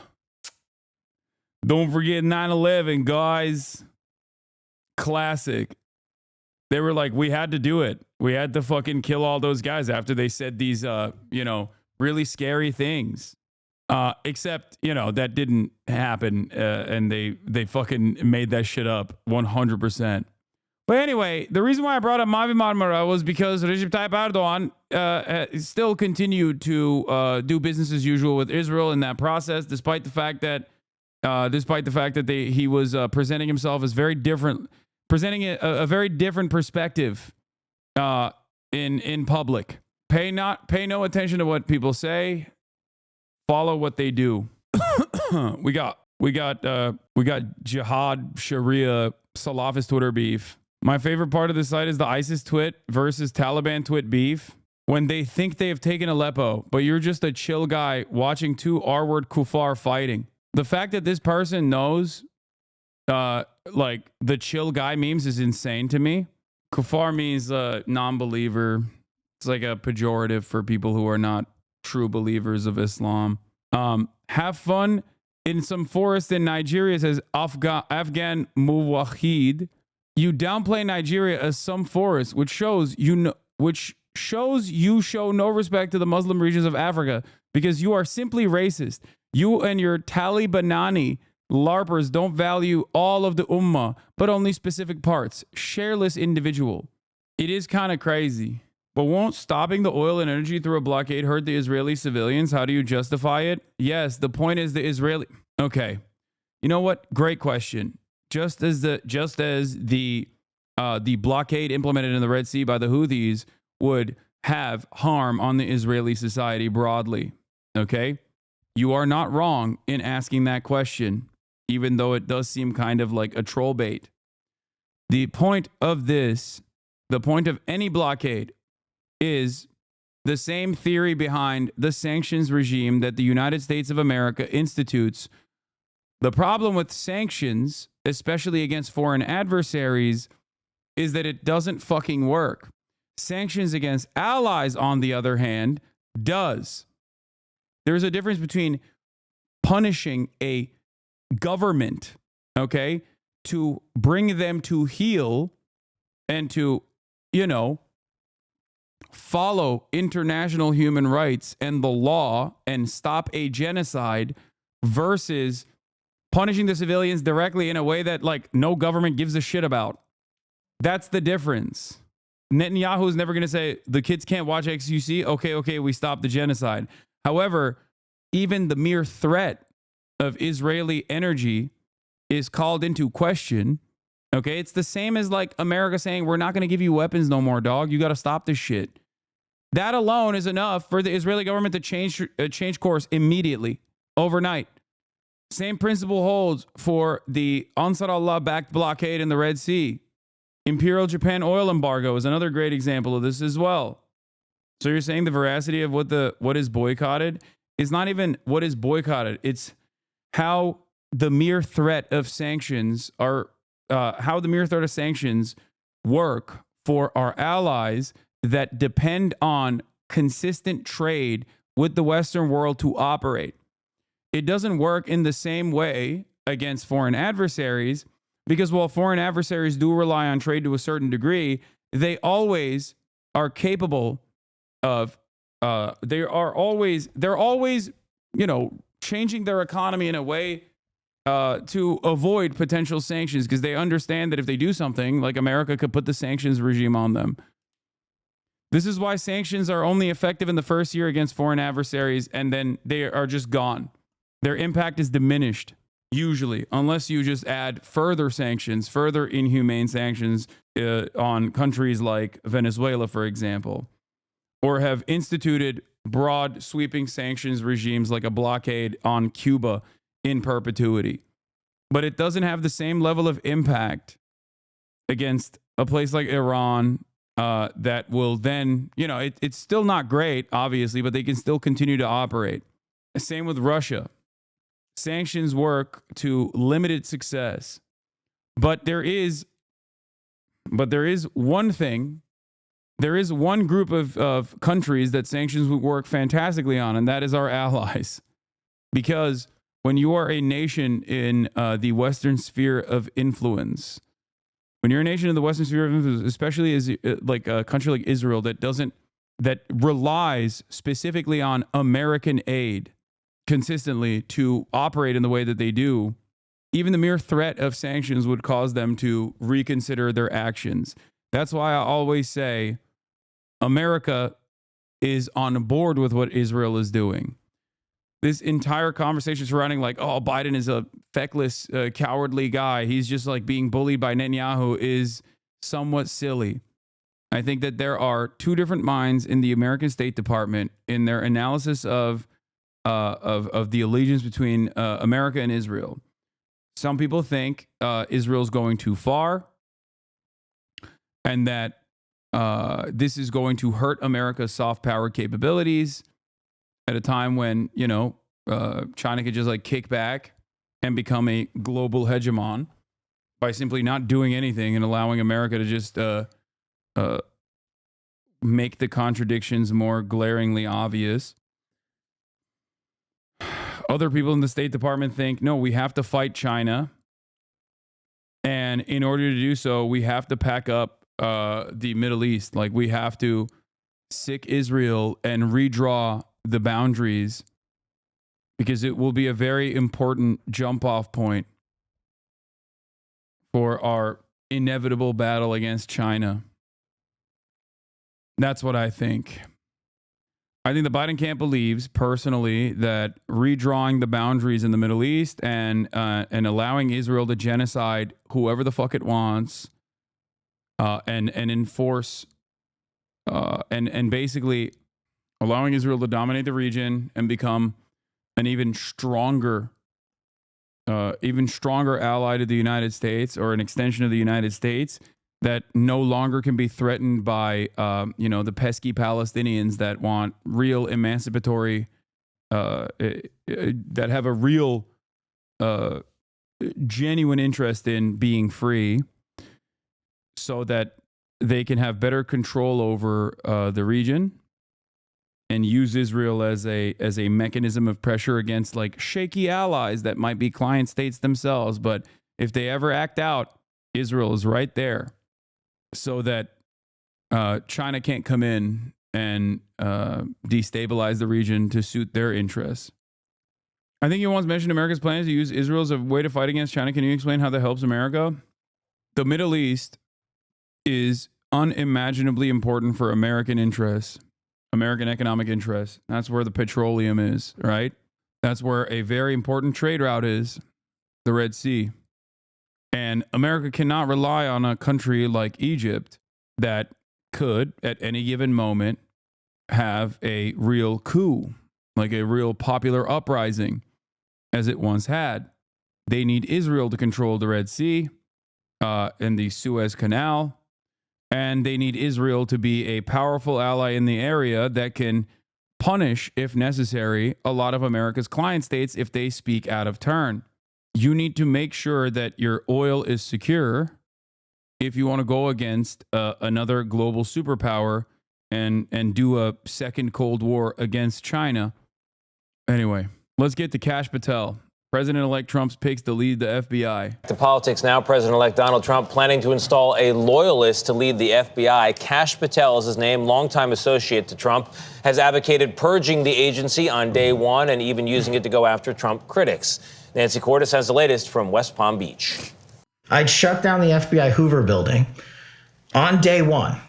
I like that every single person that Trump has appointed has been on the Sean Ryan show. It's very cool. Like, I feel like Trump is a Sean Ryan head. Like Pete Hegseth, this guy, every single person has like insane quotes from the Sean Ryan show. 44-year-old Kash Patel has often described what he would do if he were in charge of the FBI. We will go out and find the conspirators, not just in government, but in the media. This weekend, Trump announced Patel will now get that chance if he's confirmed by the Senate. The FBI director, Chris Wray, who has 3 years left on his term, would either have to resign or be fired. Kash is a brilliant lawyer, investigator, and America First fighter, Trump wrote, who played a pivotal role in uncovering the Russia hoax. Some Republicans applauded the pick. I think Kash Patel is a very strong nominee to take on the partisan corruption in the FBI. But Iowa's Chuck Grassley, who is set to chair the Senate Judiciary Committee next year and will run the confirmation hearings, was more cautious, saying Kash Patel must prove to Congress. I think there's something really funny about Chuck Grassley having this position. It's like the Dianne Feinstein pick of the Republican Party. It's very cool to give this guy an entire committee to lead when he's like barely sentient, barely alive. Chuck Grassley is, let's see, 91 years old, ladies and gentlemen. 91 years young. Oh, he's giga racist? Dog, he was there when racism was invented. Okay? Like, he played a formative role in the invention of racism.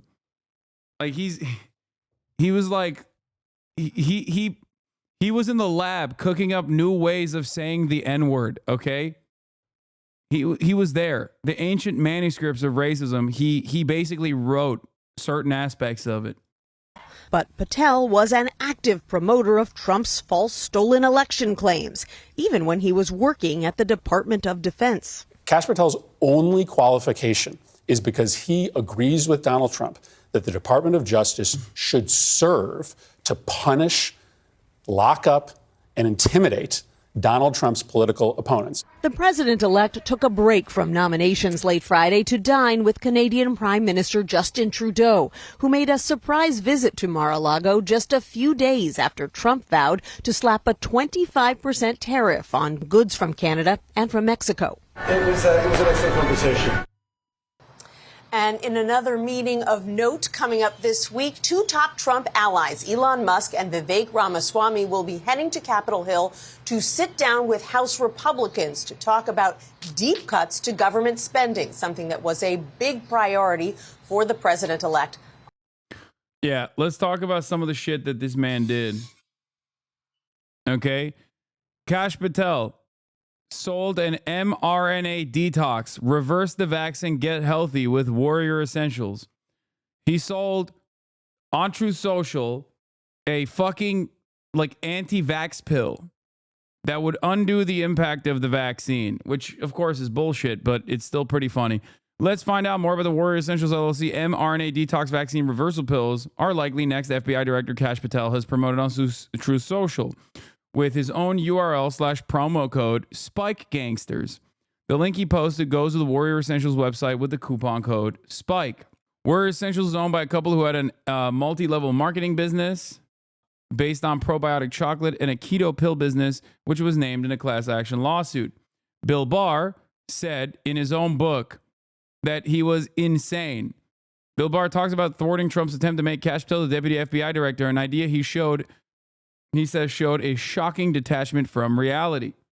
The president then started advancing the idea of appointing Kash Patel as deputy FBI director. Patel, who was completing a stint as a deputy acting director of national intelligence, Rick Grinnell, had been a staffer to Congressman Devin Nunes and had served briefly on the NSC staff at the White House under Trump. I categorically oppose making Patel a deputy FBI director. I told Mark Meadows it would happen over my dead body. In the first place, all leadership positions in the Bureau except the director have always been FBI agents. They've all gone through the same agent training and have broad experience in the field and at headquarters. Someone with no background as an agent would never be able to command the respect necessary to run the day-to-day operations of the Bureau. Furthermore, Patel had virtually no experience that would qualify him to serve at the highest level of the world's preeminent law enforcement agency. The Bureau already had an exceptionally able deputy, Dave Bowditch, in whom I had total confidence. He was a strong leader with high integrity. He was indispensable as far as I was concerned. The very idea of moving Patel into a role like this showed a shocking detachment from reality. Now, the funny part about it is that, fuck the FBI, okay? But having said that, it's going to get even worse. But let's see. Let's see what else. So this only focuses on the dick pills that he was shilling. He also wrote a child's book, I believe. He also wrote a child's book, I believe, on the Trump impeachment scandal, if I'm not mistaken. He is incredibly pro-Israel. Is elected. Imagine the efforts of the Israeli military and the Mossad combined with the maximum pressure of a new Trump administration against Iran. Aaron's absolutely right. We should be side by side, and that can't happen unless we have an election that changes the commander-in-chief's seat. And when we are back in power with President Trump, you will see what we did with Israel and the prime minister and our special forces and their intel operation. We will be standing side by side with them. We will shut off the machinery that feeds money into Iran. We will no longer have 100 hostages still in captivity, Israeli and American and otherwise, by Hamas and Iran's Hezbollah mercenary forces. Donald Trump rescued 50 hostages and detainees. That's more than every president before him combined. And I hope he wins on November 5th. And Aaron's right. We need America to wake up and prioritize Israel. And that is not what Kamala Harris is about. We need to bring home Americans and end this war, bring home Israelis, and make sure we stand by our #1 ally in Israel. And people need to wake up when it comes to November 5th. Donald Trump's the only choice. Kash Patel, Aaron Cohen, great to see you, gentlemen. Thank you very much. Oh, here's a clip of him saying he's going to go after the media. Democracy Now! Covered it as well.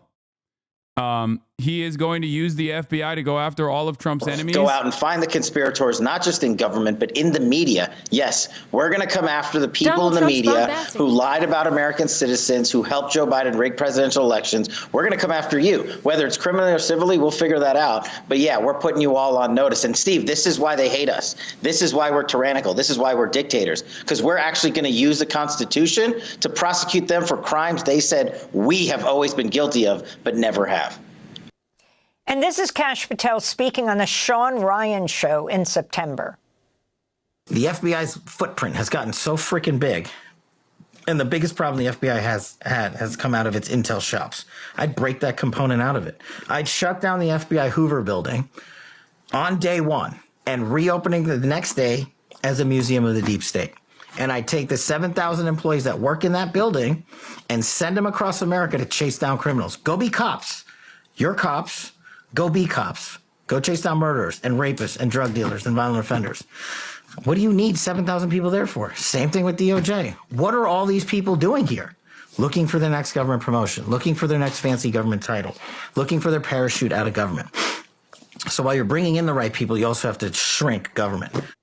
The problem is not what they say, okay? The problem is what they do, chat. Never forget. They can present a reasonable position. It's more so about what they signal that they're going to do. This is something you have to remember. They'll never be like, yeah, we're going to go after political enemies. They're going to try to couch it within a reasonable statement. Yes, he did. Bill Maher, of all people, said the guy was completely unqualified. It was detached from reality to try and put him in the FBI. And he said, over my dead body, Gina Haspel, who was director of the CIA in December 2020 during Trump's lame duck, when Trump tried to appoint Kash Patel to deputy director of the CIA. She threatened to resign, and Mike Pence had to get involved and block that. So this is not some kind of liberal whining about Kash Patel. Prominent conservatives at the time said, no way, this guy is completely unqualified. And you played that clip from the War Room, from the Steve Bannon show. I think that's from December 2023. He put us on notice, he says in that clip. We're putting you on notice. Well, we're on notice. In fact, I've been warning about Kash Patel since 2022, when I was at MSNBC, and I predicted that Trump would make him FBI director and he would go after the media. He's making it very clear. He wants to prosecute journalists. In another time and era, Amy, those words would be chilling. Those words would disqualify him from the running. But of course, Republican senators mostly will fall in line. We'll see if the Murkowskis and the Susan Collinses and Mitch McConnell, whether they'll push back in the way they did on Matt Gaetz. He's a deeply dangerous nominee. I would argue that clip you played from the Bannon War Room show makes him perhaps the most dangerous nominee so far, because he's open about the fact that he wants to use the power of the state to crush Donald Trump's opponents. He's a sycophant. He's a bag carrier. He literally wrote a children's book about King Donald Trump. That's how sycophantic he is. And I would say to some of the progressives maybe watching your show this morning, Amy Goodman, who say, well, you know what? The FBI does need reform. We on the left don't like the FBI. We think Kash Patel should go break it up. Well, look, you could not like the FBI for good reason. But the only reason Kash Patel and the Republicans don't like the FBI is because the FBI investigated Donald Trump over ties to Russia, and because the FBI went to Mar-a-Lago and searched his home for stolen classified documents, which he was keeping against the law in his home. So they don't actually care about reform or bureaucracy or deep state. They care about neutering all institutions that can stand up to Donald Trump and MAGA. I want to go more deeply into what he said in Bannon's War Room. We're going to come after the people in the media who lied about American citizens. If you could explain more who you think he's talking about Joe Biden rigging presidential elections, we're going to come after you, Mehdi. So Patel is at the core of pretty much every major MAGA conspiracy theory about the deep state, about the election. If you go through the list, I mean, he came to prominence. He was a very junior, as I say, unqualified person. He was working on the House Intelligence Committee with Devin Nunes, the right-wing California congressman. And he came to prominence in going after Robert Mueller, going after the Russia investigation, coming up with this memo that some of the stuff in this famous Nunes memo turned out to be true. Some of it, the Inspector General said, no, not true. That's how he caught Trump's attention. That's how he ends up in the White House. That's how he ends up on the National Security Council. By the way, one of the many people saying he shouldn't be given this job is John Bolton, his former boss. Not exactly a kind of lily-livered liberal. John Bolton saying he should be rejected by the Senate 100-0. But he's at the core of every conspiracy theory, Amy, whether it's about, Donald Donald Trump didn't lose the election, whether it's January 6th. He testified in a Colorado courtroom over January 6th in the election. The judge said he wasn't a credible witness. He's even had endorsement, I think you mentioned it in the intro, of QAnon. In one of the books he wrote, he actually hand wrote a QAnon mantra into the book, and they just posted it on social media. By the way, the FBI regards QAnon as a domestic terror threat. Think about the irony, Amy, of putting a person in charge of the FBI who's actually fine with this group that the FBI thinks is a domestic terror threat. So he is at the core of all these conspiracies. When he says he's going after people, you ask me who he's talking about. Of course, he's talking about the Bidens and Clintons of this world, but actually it's much more dangerous than that. It's much broader than that. It's anyone who they think is an opponent. I mean, let's just be this is what authoritarianism looks like. I know it's become fashionable since the election, even on parts of the left, to say, well, it was all exaggerated to say that Trump is a fascist threat to the Constitution or an authoritarian threat to the media. No, it's not exaggerated. These people are saying it out loud, and Trump is appointing them or trying to appoint them to the most senior positions in the United States government and national security apparatus. And let's talk about who he would be replacing, Christopher Wray, whose term doesn't end for several years, who was appointed by Donald Trump, and why an FBI director has a 10-year term, which goes back to post-Watergate, when a president, Nixon, is trying to deploy his FBI director exactly in the way Kash Patel threatens to do, so that they would span several terms.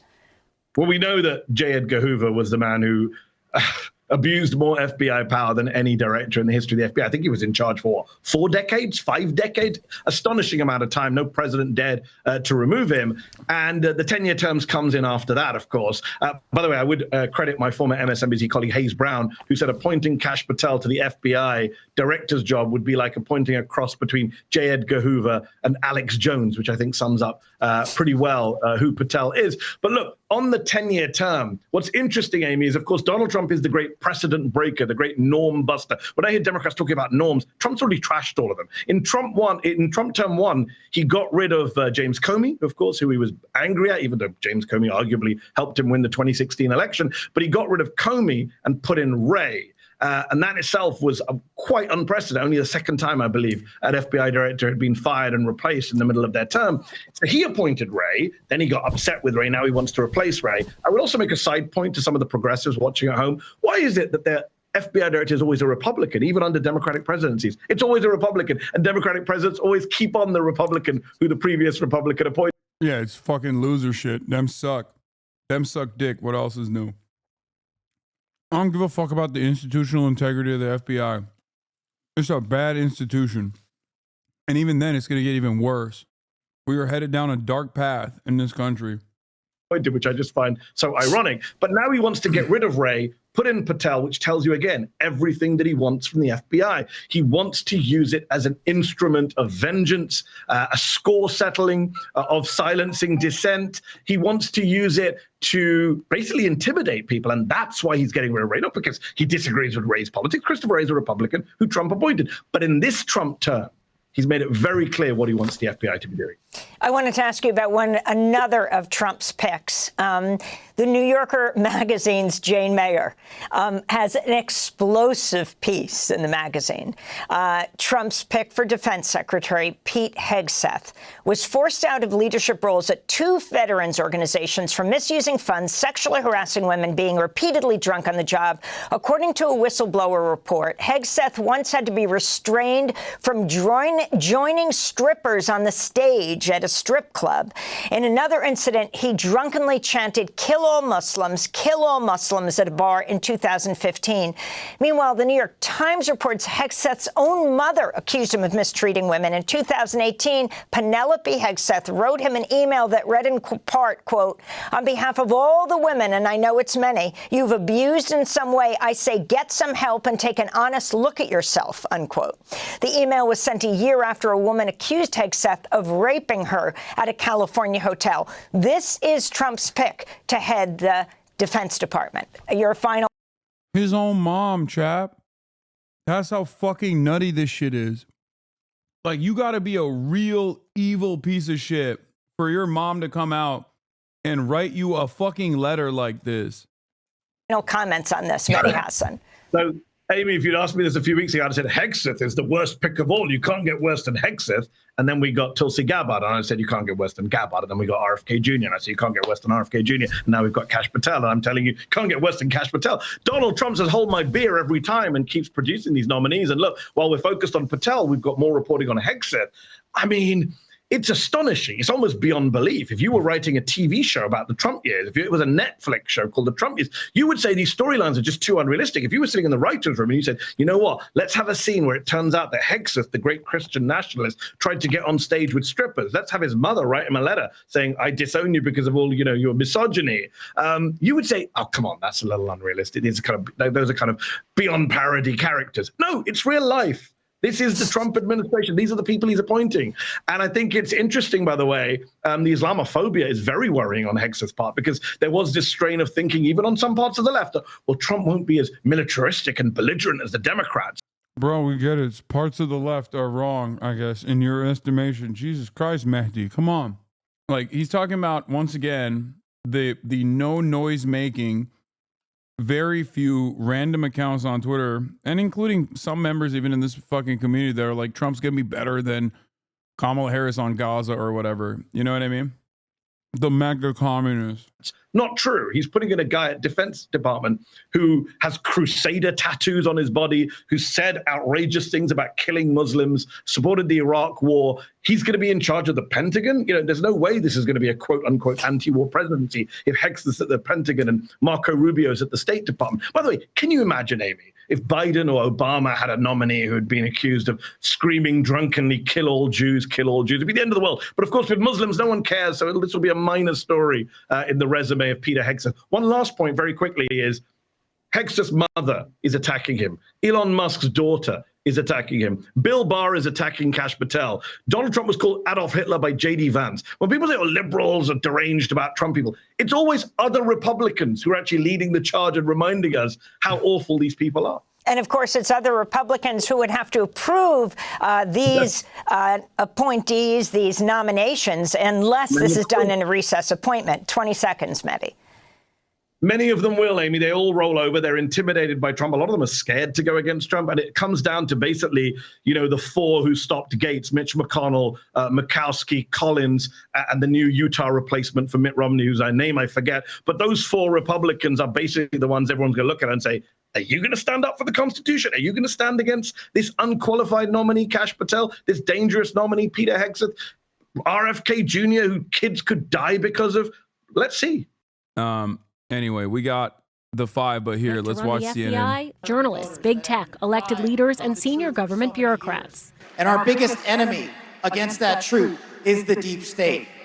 And we are on a mission to annihilate the deep state. He's also shown a taste for retribution, including over false claims of 2020 election fraud. We will go out and find the conspirators, not just in government, but in the media. Yes, we're going to come after the people in the media who lied about American citizens, who helped Joe Biden rig presidential elections. We're going to come after you. Whether it's criminally or civilly, we'll figure that out. He's been a public defender and a federal prosecutor in the Justice Department's National Security Division. During the first Trump term, he worked on the National Security Council and then as chief of staff to the acting defense secretary. We're blessed by God to have Donald Trump be our juggernaut of justice, to be our leader, to be our continued warrior in the arena. Patel defended Trump against the charges he faced in the now dropped classified documents case. Bro, I cannot stand how fucking annoying his outfits are, bro. I can't stand how these motherfuckers carry themselves, bro. Like, everything else aside, these are straight up the people that you avoid when you see out in broad daylight, the people that you don't want to make eye contact with. Now they're in fucking positions of power. It's literally people that you would be like, oh, gross. Like, you see them from afar and they got this weird aura and you're like, I'm gonna not want to talk to this guy. Every single one of these motherfuckers, man. Every single person that Donald Trump has chosen to lead any of these agencies literally has the vibes where you cannot leave your drink around them without covering it, okay? I don't know how else to describe. I mean, and it's understandable that you have that feeling when you got the likes of Pete Hegseth and shit, but like, do you see what I'm saying? Like, there's something so weird Even on the aesthetics front, where you're like, why are you dressed like that? I'm sorry, maybe this is too hyper-focused on a random, nonsensical, aesthetic-focused position, but I can't stand the way these motherfuckers carry themselves, bro. From King Donald kids' books to pills claiming the reverse COVID vaccine, Kash Patel's MAGA merch ventures. He's a MAGA merch guy. Like, think about the most insane person that never left your hometown after high school and got arrested for drunk driving like 8 times. Now think about that person's family business. It's a Trump store. Now that guy runs the FBI. This motherfucker wears the cash pin everywhere he goes, bro. How the fuck do we go from, lol, look at these guys that like get the MAGA rap on their fucking pickup trucks to being like, that guy runs the Department of Transportation now. We're putting MAGA raps on every bus. Patel penned 3 children's books, dude. That's like disqualifying. As a part of the plot against the King trilogy, featuring himself as a wizard called the Distinguished Discoverer. Defending King Donald from villains, the 3 main villains are Hillary Quinton, Sleepy Joe, and Kama La La La. Kama La La La. The first installment, which Patel called the first ever children's Russiagate book. Bro, I'm sorry, you need to be institutionalized if you say these words, okay? Like, if you say these words in succession, hey, I created the first ever children's Russiagate book. It doesn't matter if you're a fucking liberal or Republican. You need to go to a mental asylum immediately. You are an ever-present danger to yourself and others around you. You have to be put in the machine, okay? It follows a story the FBI started investigating Trump's 2016 campaign of alleged ties with the Kremlin based on the Steele dossier. The blurb reads that it's a fantastical retelling of Hillary's horrible plot against Trump and the whole family. Patel also authors 2023 memoir Government Gangsters, where he called for a purge of the government employees who undermine the president's agenda. Trump hailed Patel's memoir as a blueprint to take back the White House, according to promotional endorsements. His other ventures include the Kash Foundation, which is set up to provide legal defense funds for whistleblowers, according to his website. The organization came under scrutiny last year after Patel paid the legal fees for 2 Republican House Judiciary Committee Chairman Jim Jordan witnesses in his bid to prove the federal government had been weaponized against conservatives. The charity store also includes a suite of merchandise from Patel's Kash brand, including playing cards of himself as the king and Hillary Clinton as the Joker, and apparel with Trump's hair photoshopped on a Punisher skull in a range called Orange Man Black. According to tax filings for 2023, the charity's revenues rose to $1.3 million last year. Ah! This is an endlessly fortuitous grift. Like, you can be this much of a fucking dumbass and still make like a decent amount of money. The former lawyer is also on the board of Trump's media and technology group, which owns the president-elect's social media platform True Social. He reportedly had a consulting contract with the company paying him $120,000 a year. Patel also helped produce the song Justice for All. Oh my God, he did the Justice for All song. Oh my God. Oh my God, you have to listen to it. You have to listen to it. It's the choir. It's from the January 6th choir. Oh, it's only on Rumble, dude. What the fuck?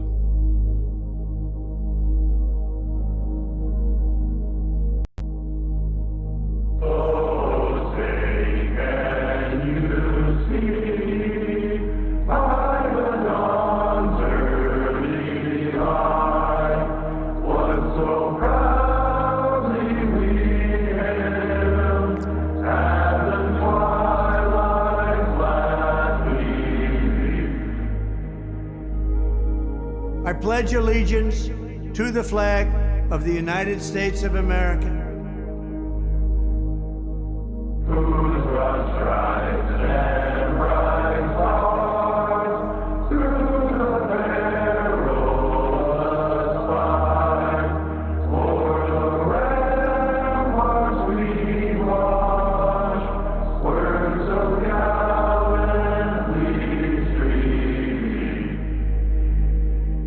And to the republic for which it stands,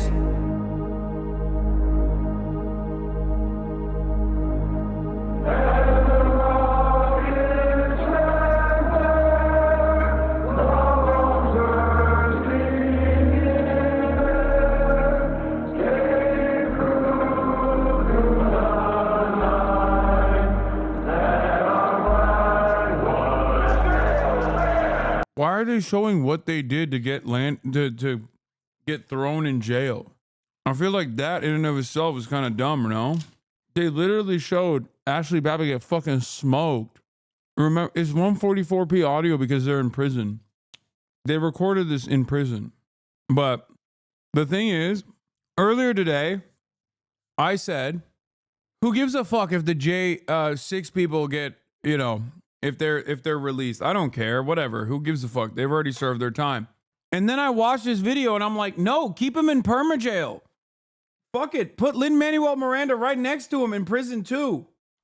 Nah, dog, we can't have these people out. I'm done. Put them back in jail. If they are ever out, they present a danger to society. Low-key, this right here, in my opinion, this shows that they didn't learn. They have the capacity to reoffend. As a matter of fact, they're reoffending right now. They are reoffending right now with this song. Keep him in prison! Is this actually domestic terrorist propaganda? Technically, yes, but that's not how anything works. Like, they're not scary and brown, so it's not like something that is enforceable. And therein lies the problem with the political designation of terror anyway. That's why, as long as there's any sort of like academic or journalistic value, it should be allowed. One nation, under God.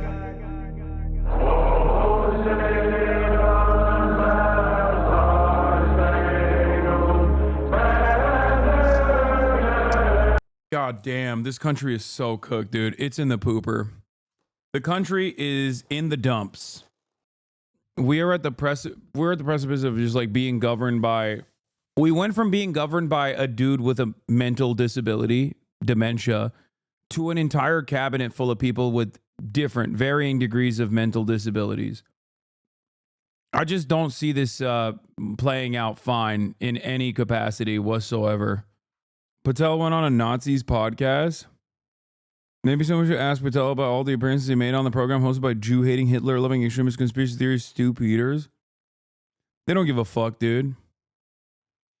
This is also the other aspect of a lot of these institutions basically fucking undermining the severity and how damning of an accusation it is when you call someone an anti-Semite by constantly conflating a fucking criticism of Israel, which is like a valid position that many Americans and many people in the Western world hold.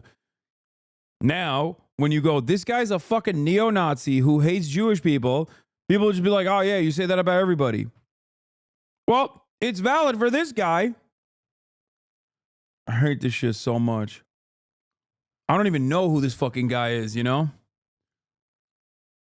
Kash Patel is pro-Israel, yes. So I don't think anybody gives a shit about him linking up with anti-Semites and shit.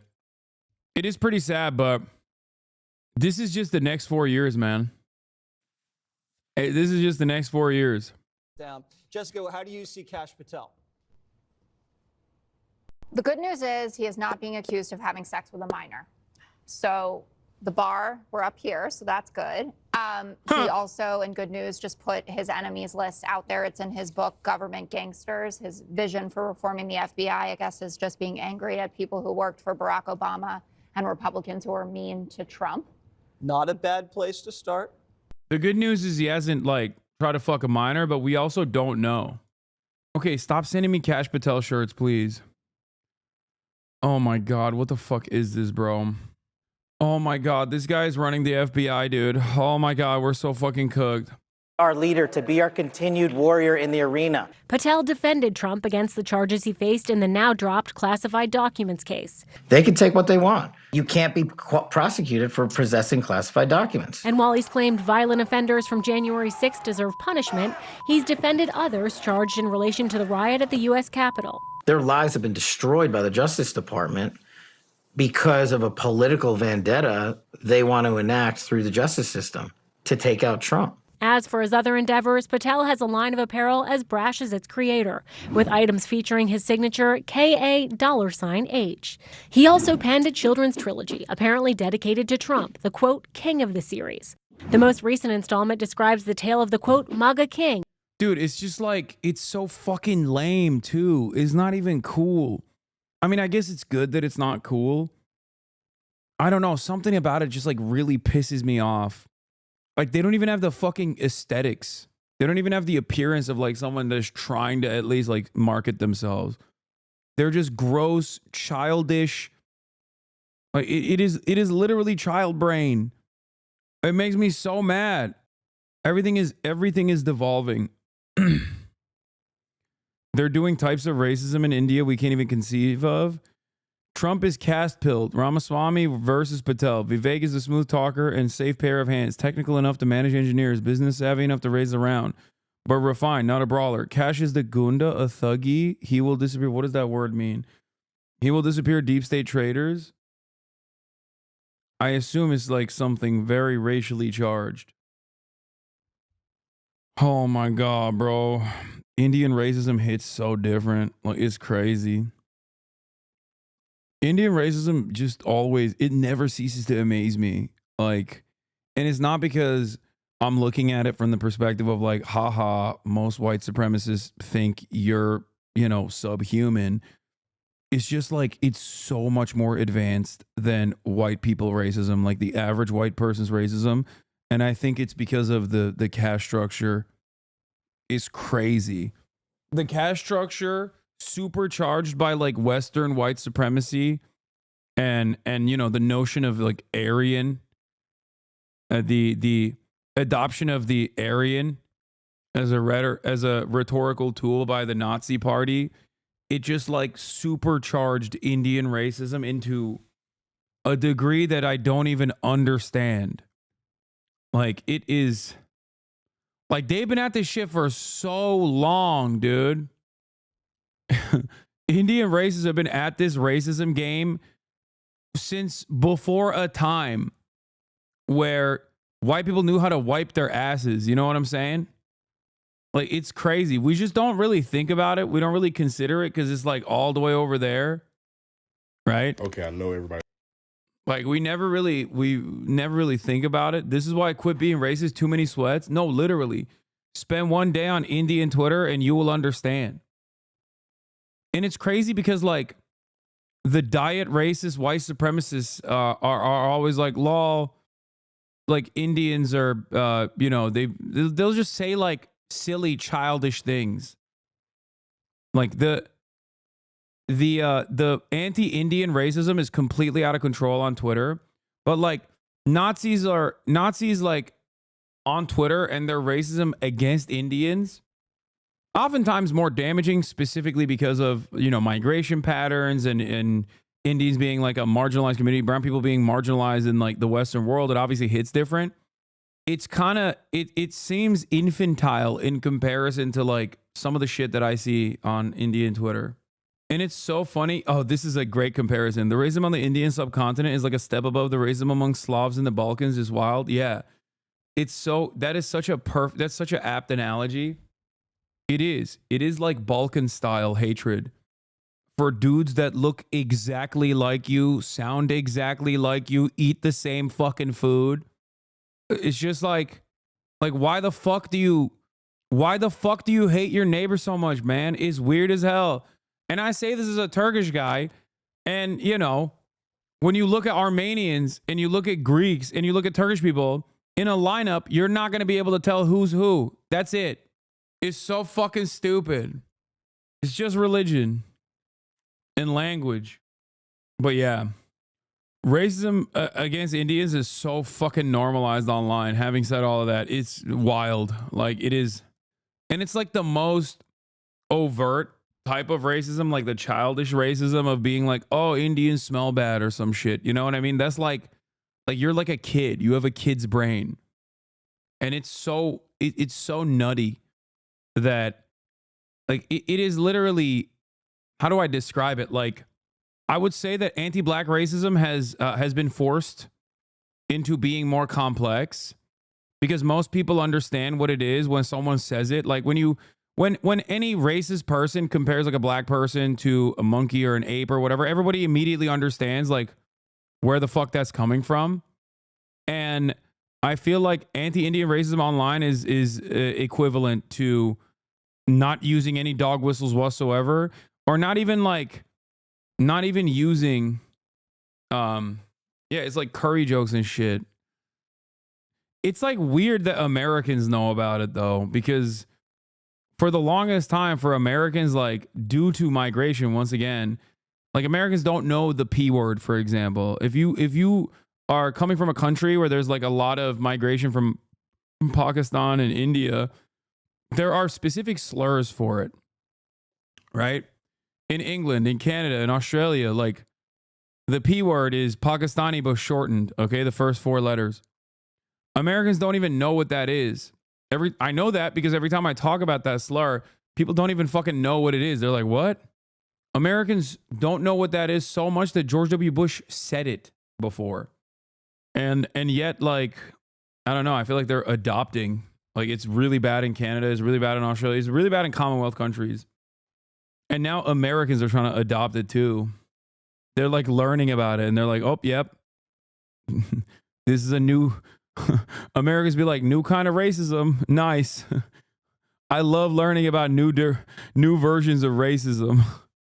Let's watch Jane Fonda, Hanoi Jane, my queen, rip into Bill Maher. There's about a third of this country that's very hard right. Of course they love Trump.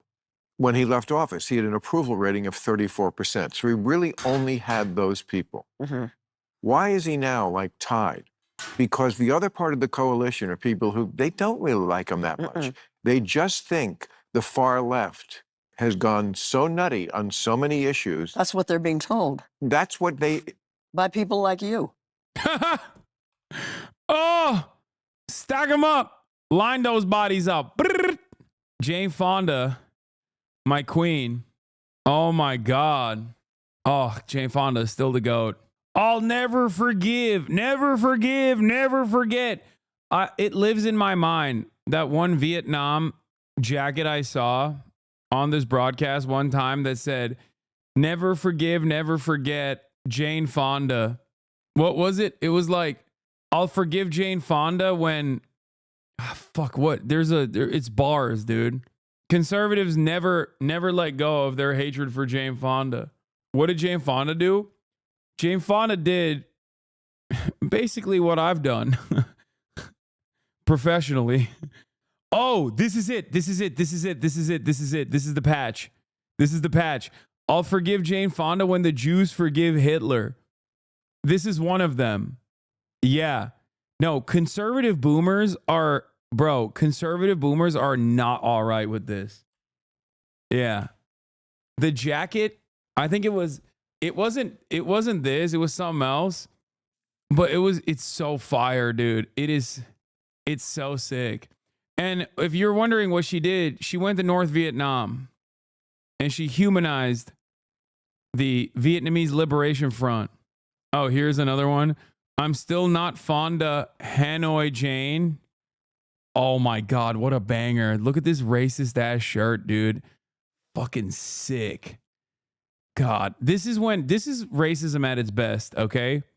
This is the type of shit where it's like, it's kind of funny. Especially many, many years later. Look at this vintage racism, dude. No, people hate her because she poses on anti-aircraft weapon. Yeah, that's what she did. The real reason why they hate her is because she went to North Vietnam. I said it correct. That's not just humanizing them, though. Wait, I'm sorry. You got a problem with that? Oh, damn, man. I can't believe she posed with an anti-aircraft weapon that was used by the indigenous population to defend against an invading country. Fuck you mean? 38-month subscriber? Are you relitigating the fucking crimes of the Vietnam War on the side of America in 2024? What the hell's going on? Do you know what fucking Agent Orange is? Yeah, I don't give a fuck. I know she says it was a mistake. She says it wasn't a mistake to go to North Vietnam, but she says it was a mistake to sit on the fucking anti-aircraft weapon because she's still, at the end of the day, a liberal, okay? I don't give a shit. Yeah, you think people didn't make the exact same propaganda about the Viet Cong in the United States of America? They were like, oh, I guess you don't care about the southern Vietnamese population. I'll have you know, the Viet Cong, they are brutal to those who collaborated with the Americans. Like, they were torturing them. All this shit. Motherfucking Morning Joe in the chat. Coming out on the side of American empire. In yet another instance of like very obviously violent and wrong things that we did.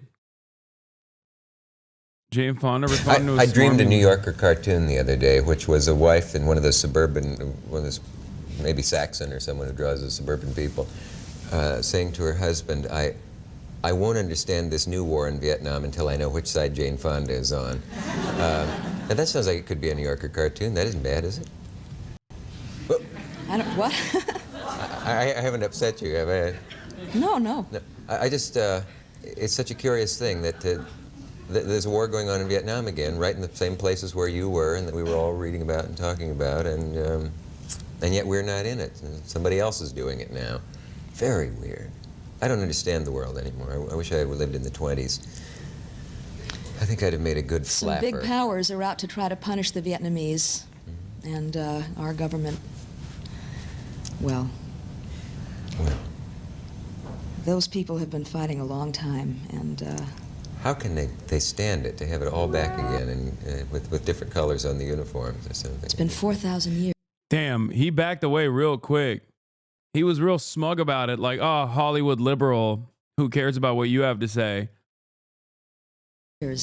For those people who said they're just a pawn in the hands of China, I hope that people will begin to understand that they will fight anyone, including the Soviet Union, communist or capitalist country alike, anyone that tries to take away their independence. That's what it's about. The Vietnamese people are saying, just as we did 200 years ago, we will control our destiny, we will own our own land, we will have our own government, and if it means dying in the process of getting it, we will die. It's amazing. So your father corrected something you said. Did you read about that? He was absolutely right. Yeah, well, I'm working, Nixon's not, but he is certainly getting a lot of money from us, even though it's not working to get it. yeah, you had said I'm getting paid these days, And Nixon he isn't. And your I father know. pointed out I that he was- was making quite a good deal of money. And, Right. Right. That was interesting because your father has had to tread a rather delicate line at times with some of his old buddies over these controversies and so on. My father has always had very strong and deep beliefs. Yeah, that's certainly Always. I certainly wasn't implying the opposite. No, ma'am. No, people, because he and I had conflicts a couple of years ago, people sort of thought that he was on the opposite side or conservative or something, but he's always been very out there. Probably because of some of those John Ford movies. They figured he must be just like Ward Bond and all those people. Jane, it's always fun to have you here. It's more than fun. It's significant. I like having you here. Thanks for being here. Anyway, let's get back to Jane Fonda and what she has to say. She's still a lib at the end of the day.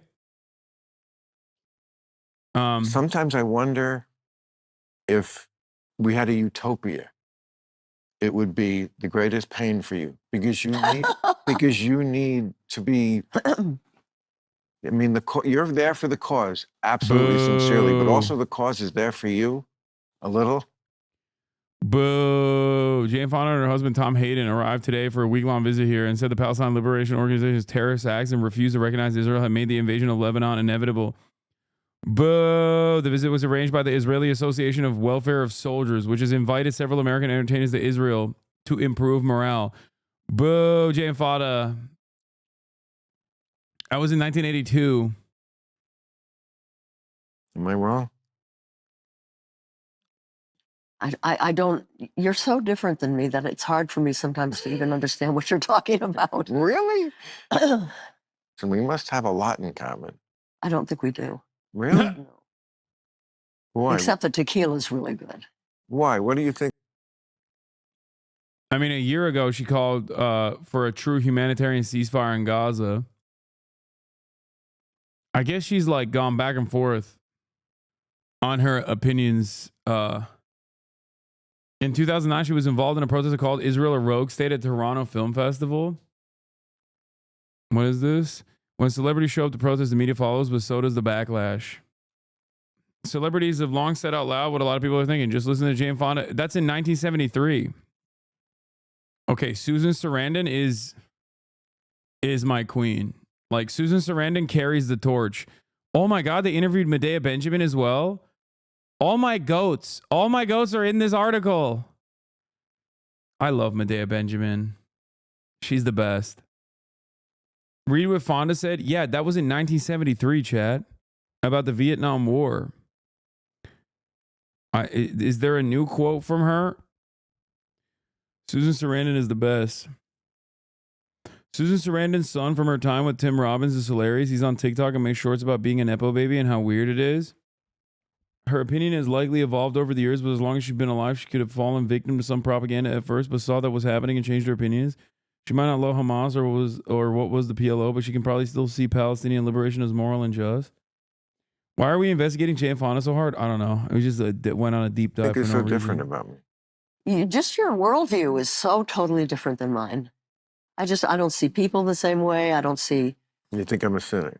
I think you're very cynical. I know. Yeah. But don't you think the world makes you cynical? I don't know. I'm not cynical. And I've been around longer than you. Yeah. A good. And she's a smoke, dude. That's what happens, dude. You get clear skin when you're on the right side of history, even if you have some flubs along the way. 20 years more. You could be my son. I'd put you over my knees and spank you. Would you like? You'd probably like that. No, I think I'm very normal. I think I'm very normal, and I love when I grew up. You know, I think it was like a very normal time. If you were white, yeah. Yes, if you were white, Yeah. absolutely. Glad we said that. See, he thinks that's like shitty to say. He thinks you're only saying that for woke points. It's just an accurate rendition of history. That's not just like being said for woke points. It's a recognition of the humanity of those who are marginalized historically. It's not like, this is why he's cynical. She proved it even in that moment. Like, she literally has, without even trying, proved that Bill Maher is a cynical piece of shit. That's a cynical fucking take. Oh, you're just bringing up if you're a white guy to just get some brownie points. And it's like, no, dude, she's doing that because it's historically correct, okay? It is historically inaccurate to say America was simply better in the pre-civil rights era or during the civil rights era. I mean, you know. God, I just hate how much of a smug piece of shit Bill Maher is. You're only bringing that up as a gotcha. It's like, why? Why do you feel so bad?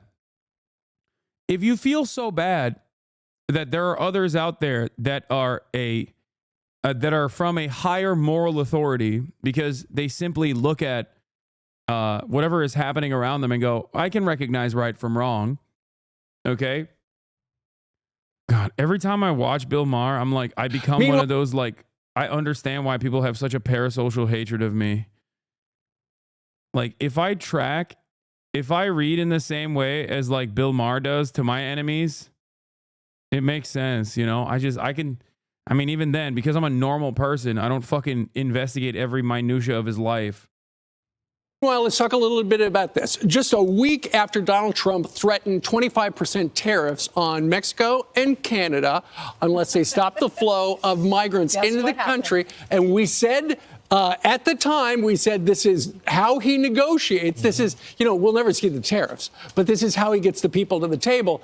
There are two developments, up north and down south. First up, it was just after the incoming president, Donald Trump, spoke on the phone to the president of Mexico, and they talked about some sort of an agreement on stopping the flow of people into the United States. Well, you know what happened? Mexican authorities that same day broke up 2 migrant caravans heading to the United States.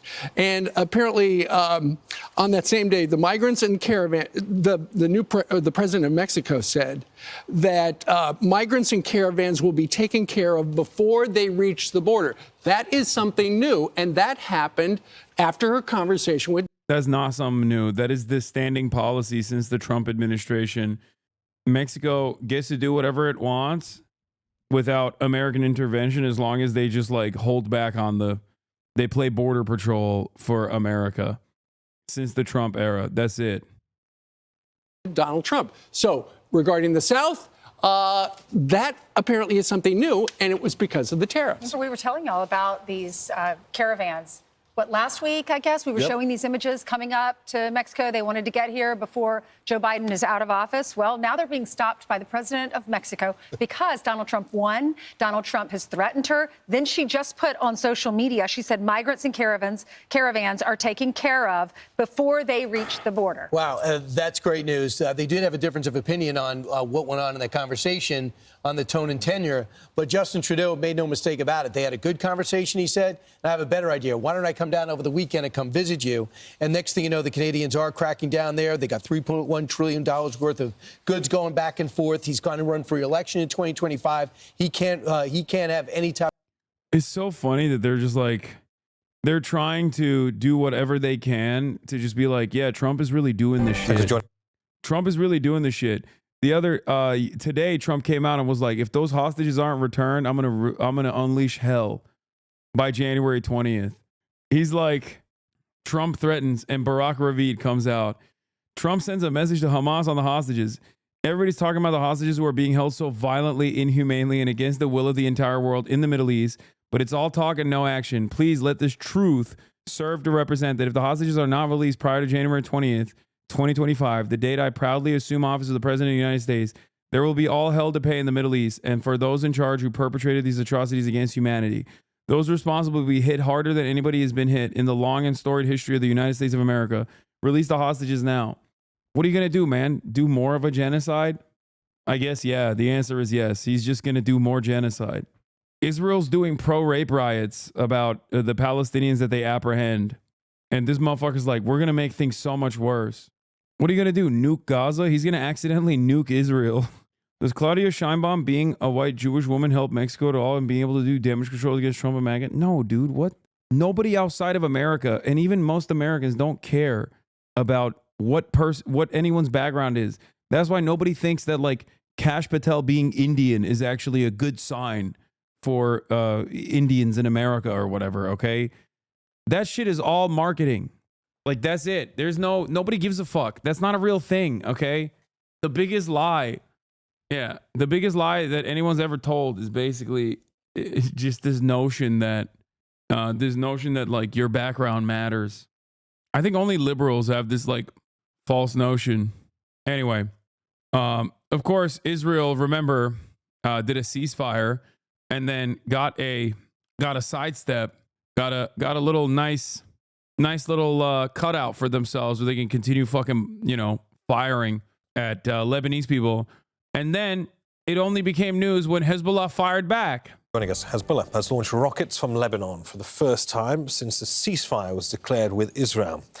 The armed group is accusing Israel of flagrant violations. Israel's defense minister has promised a harsh response. Let's go live to Beirut now and speak to Ali Hashem. So, Ali, what more, firstly, do we know about this rocket attack by Hezbollah? Well, there's a statement, and Hezbollah claimed responsibility for an attack, what it called a initial defensive attack in retaliation to Israeli violation of the ceasefire. And Hezbollah warning that it tried to convey its reservations and complaints to the mediators, but there was no response, and that's why it went towards retaliating initially in a defensive way. And of course, the choice of the place, hitting the Sheba farms, is significant here with respect to the Lebanese government's claims towards the Sheba farms as Lebanese territories, and that the mandate given to Hezbollah to resist and to try liberate them. This is something that has been an issue in Lebanon for years. So from this background, Hezbollah attacked the Sheba farms.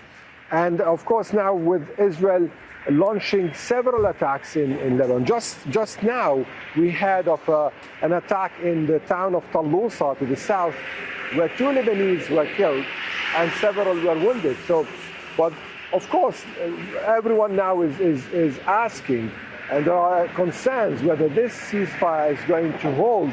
And if Israel is going to retaliate harshly, how Hezbollah is going to retaliate, and are we going towards a new tit for tat between Hezbollah and Israel after only 5 days of truce or ceasefire? Of course, according to the Lebanese side, there are more than 75 Israeli violations of the ceasefire over the past few days, and there have been several fatalities.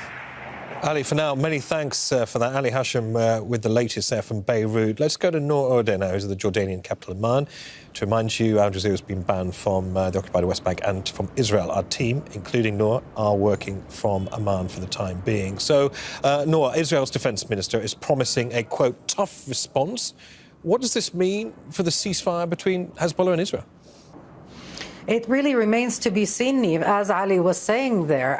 How far are the parties going to take this? The Israeli Prime Minister also in the past few minutes has come out and said that this is a grave violation and that Israel would act forcefully in response. Of course, from the Israeli perspective, any movement of Hezbollah, whether it is by firing rockets or just by moving its members and its equipment, is considered a violation. And Israel has given itself the right to strike at Hezbollah in Lebanon and beyond Lebanon in order to impose the ceasefire with fire, as some of its officials have said. Lebanon naturally doesn't see it the same way, and neither do the mediators, for that matter, who've also voiced concern in the past few days about this very fragile ceasefire holding.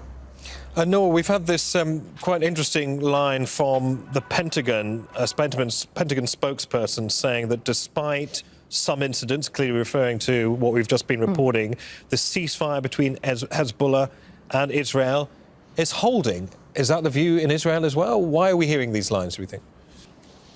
I mean, it almost sounds like the American side is willing this ceasefire to hold. Didn't Israel violate it first? Yes. There's never been a moment where Israel hasn't violated it. Like, Israel literally just increased the intensity of the bombing campaign leading up to the final closing hours of the ceasefire, the quote-unquote fake ceasefire. Israel also carved out a side deal with America that allowed it to continue bombing certain parts of Lebanon, which they did continue doing. They fired on journalists. They fired on people that were going into... they fired on people that they claimed were going into territory that is still inside of Lebanon, mind you, that they hadn't pulled out from. And... yeah, Israel has violated the ceasefire 100 times, by the way, since the ceasefire. Dana, that there have been continuous violations since the ceasefire took effect early Wednesday morning. CNN spoke to a UN peacekeeping source who says that Israel has violated that ceasefire about 100 times. But there are many people on both sides of this border who are desperately hoping that this doesn't escalate further and that the ceasefire prevails. Like, it's just so cooked. We've seen since the ceasefire went into effect, is it being successful? Broadly speaking. Yeah, it's successful because Israel keeps bombing and then no one retaliates. But notice how the moment of retaliation from Hezbollah is immediately like, whoa, whoa, whoa, whoa, whoa, you can't do that. Why is it always this way? Why is it stacked this way? Like, how come? How come we get this like fake ass ceasefire where only one side has to cease their fire and the other side can continue its invasion? And that's the kind of attitude they're portraying. In Israel, they don't consider that the ceasefire has broken down, but they do consider this Hezbollah rocket incident as a grave violation. So the questions that are now being asked, especially by the detractors of Netanyahu, those in the opposition, those in the right wing. Israel, by the way, since then killed 3 World Central Kitchen aid workers as well, and then claimed that one of them was Hamas when they knew that people were going to get mad at them, because the last time that they killed World Central Kitchen aid workers, they got, people got very mad at them. This time it didn't even make a blip, partially because none of them were white. They were Palestinians and brown people that they killed. They also killed the Gaza Soup Kitchen's head, the head of the Gaza Soup Kitchen. I mean, they're gross. I don't know what else to say. In the past 2 days, Israeli forces have killed 3 World Central Kitchen aid workers, killed a Save the Children staffer, killed a Gaza soup kitchen chef, killed an ICU director, attacked and killed hundreds of displaced Palestinians, shot a 10-year-old girl. That's from yesterday. Like, I genuinely don't understand. Yeah, there's also a photo of an Israeli soldier that's like masturbating. I don't even want to know if I want to show it. But yeah, there's a photo of an Israeli soldier that's like simulating a masturbation. It's not, you can't see anything, but he's just like jerking off on a seat, looking at the destruction of Gaza. Also, things that we knew already that are now getting more broad media coverage, and I'm happy that there's finally like some media coverage over it. Remember how we talked about the quadcopters that snipe Palestinian doctors and children? There's also another use for quadcopters, as you guys know. We've briefly covered this before, but now there's more evidence for it. Quadcopters were emitting baby sounds, playing sounds of screaming women. Palestinians in Gaza say Israel's been using small quadcopter drones equipped with loudspeakers to lure them out of their homes and then shoot them. جماعة الخير كوادكابتر تطلق صوت أطفال الآن من مخيم. This is a Palestinian man saying a quadcopter is playing the sound of children كوادكابتر تطلق صوت أطفال right now in Nusayrat camp. مخيم إنصارات. Yesterday, a young man was killed. He went to check out the noise, and he was shot. In mid-April, we were informed that Israeli quadcopters were emitting bizarre sounds, including baby sounds or women screaming. I went personally to Nusayrat, and I interviewed several Palestinians separately, and the testimonies were almost identical. Quadcopters were for two consecutive nights on the 14th and the 15th, I guess, of April. They were emitting baby sounds, playing sounds of screaming women. Didn't they do this shit in Deir Yassin? Yes, not this specifically, but I believe when they overtook Haifa, I think it was Haifa in 1948, they utilized psyops as well in a similar vein. But this time it was playing sounds from tanks, like British holdover tanks that they had, like equipment left behind that they had put speakers onto, where they would play the sounds of like machine gun fire and bombs exploding, because they didn't have machine guns and that many machine guns and that many bombs.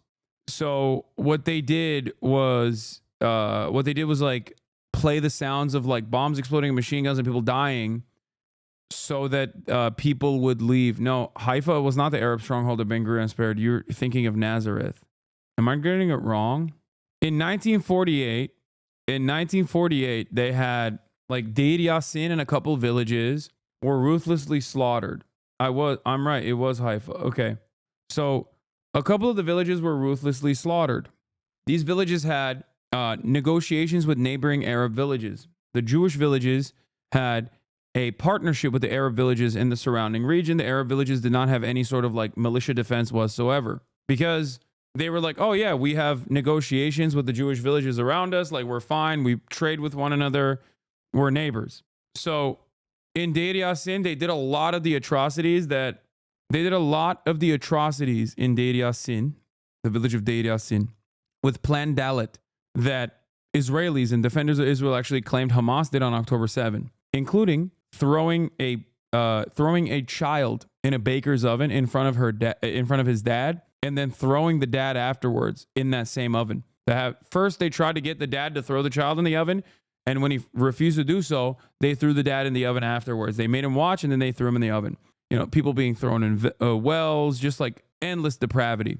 So that was Deir Yassin. And the only reason why we know that happened is because they left people alive.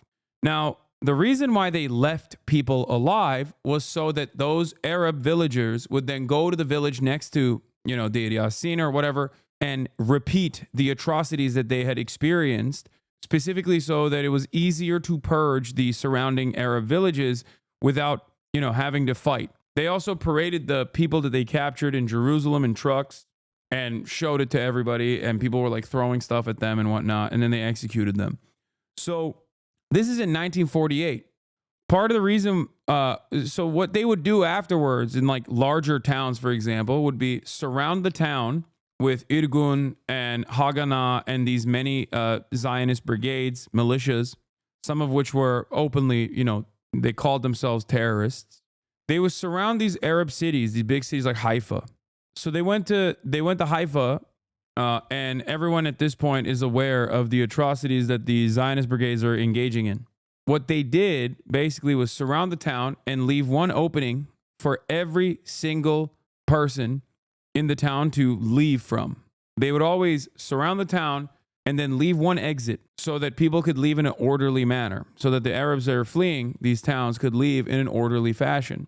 And what they would do in that process is they would play speakers from the sounds. They would obviously shoot people. They would obviously like explode bombs and stuff as well. Or even there was one documented instance, I believe, of like one plane dropping flyers, which is ironic because they still do that. But in order to not, kill too many Palestinians, like waste too many bullets, they basically would do psyops. And the psyops were using using older British equipment that was left behind, equipped with speakers to play the sounds of bombs and play the sounds of machine gun fire and play the sounds of people dying, in an effort to terrify and terrorize the Arab populations living in cities like Haifa, with the express purpose of ethnically cleansing and doing a population transfer and moving all the Palestinians, moving all the Arabs that lived there to a different area, only to never allow them to return to their ancestral homes ever again. They did that. They did psyops. Now the psyops have become even more cruel, where they broadcast intimidating sounds to lure, kill, and forcibly displace civilians in the Nusayrat camp, specifically babies crying, and women crying, the sounds of women crying, so that if someone seeks out the children, thinking that there is like a child in distress, they shoot and kill them. Gaza is a laboratory of violence. I remember listening to Mark Milley and the former Google guy who want to make inroads into the tech violence space, basically. Like a lot of these Palmer Luckey style guys are now actually making inroads with the Defense Department, and they want to change the way that America engages in procurement of new weapons. And I remember listening to them at the time talk in great detail about how Ukraine and how Gaza were basically experimental grounds for so much new technology, and they were worried that America was falling behind. That's another purpose for Israel, which is that Gaza is a laboratory for new ways to be cruel to civilians, new ways of subjugating large numbers of people, and new ways of testing out, new ways of doing research and development on a live population. And as we know, something that I've talked about quite frequently, Iraq used to be a testing ground for American weapons. If you recall, somewhere around like after 2003, the American government started testing what was known as an LRAD. An LRAD is a long-range acoustic device. These are very powerful speakers that are used to stop, any sort of like civilian uprising, right? Yeah, it's like a sound cannon. And when this experimentation was being conducted on the Iraqi population, Americans were oblivious to it. Now, most police departments all around the country have LRADs that they use on the American population. This is known as the Imperial Boomerang. The weapons that our government tests out on people that they have less care and consideration for, they inevitably use upon the domestic population. They test it in the field, and if they find it to be effective, then they move it to the home front. Yes, there is a great book called The Palestine Laboratory, How Israel Exports Technology and Occupation Around the World by Anthony Lowenstein. Another example of this, another immediate example of this is Israel itself. Israel not only in collaboration with American local police departments trains in the post 9/11 universe, trains almost every local department on methods of apprehension and strategies that our domestic police utilizes, but also Israel itself used to use, and still does to this day, skunk spray, a chemical weapon on the Palestinian homes in the West Bank. As an occupying force, the Israeli occupying force utilizes this horrible smelling chemical spray that they spray on Palestinian homes. No, it's not sewer water. No, that's a different thing that they do. Because Israeli settlements are always uphill from Palestinian encampments and Palestinian homes, they also dump their sewage directly on top of Palestinian villages. But that's besides the point. That's another thing. What I'm talking about is a specific chemical spray that they use that you cannot wash off. The only way that you can wash it off is if you buy the other the other antidote, I guess, from the same manufacturer. It's the skunk weapon. Here it is. Yeah. Skunk is a malodorant, non-lethal weapon used for crowd control by the Israeli Defense Forces and marketed to militaries and law enforcement around the world. It was manufactured by Odor Tech. The liquid's strong odor is marketed as an improvement over crowd control weapons, such as rubber bullets and tear gas, used by the IDF against Palestinian protesters, and they've deployed it against homes, Palestinian homes and whatnot. It's an organic, non-toxic blend of baking powder, yeast, and other ingredients. Now, the interesting thing that I was trying to explain to you is that the weapons have historically been used against the Palestinians. But in the 2018 protests that were launched against the Israeli government by Israeli citizens who were, some of them are pro-apartheid, some of them might not be, but it doesn't matter. Israeli citizens launched a protest against their own government for undermining the Supreme Court's authority and independent status. Those mass protests were squashed with these weapons. So the very same, or not 2018, sorry, 2022. So the very same weapons that were once used and still are used against the Palestinian population were then deployed against the Israeli population. What goes around comes around. This is the imperial boomerang. Weapons that are tested out on people that you are trained to hate will inevitably be used on you. There will always be something that you disagree with your government on. And when you push and demand accountability and demand transparency and they don't offer it, inevitably you will protest. And if those protests become too disruptive, the government will use those weapons that you once knew as weapons that would defend your free speech or whatever against your enemies on you. Skunk was first reported to be used for crowd control in August 2008 in the Palestinian village of Nilin, where daily protests have been taking place in response to the construction of a security barrier. In Hebron, it was used on the 26th of February 2012 to disperse a crowd of estimated 1,000 people, which clashed with Israeli soldiers. During a protest described as commemorating the anniversary of the Cave of the Patriarchs massacre, or as pressing for the reopening of the zone of Shuhada Street, the funeral procession waiting for the riots to be dispersed were also doused with the liquid. In 2017, Israeli forces began using skunk against ultra-Orthodox Jewish protesters. I believe they also used it in 2022 against Israeli protesters. So this is something that you need to, remember. The quadcopters apparently played these sounds only to lure citizens out of their homes and to find someone to shoot. And this was confirmed by actually the reports that we followed up on at hospitals. There were cases of people getting injured by these quadcopters after going out to figure out what was the sound, to try to help. فجأة سمعنا مرة بتزعق في نص الشارع.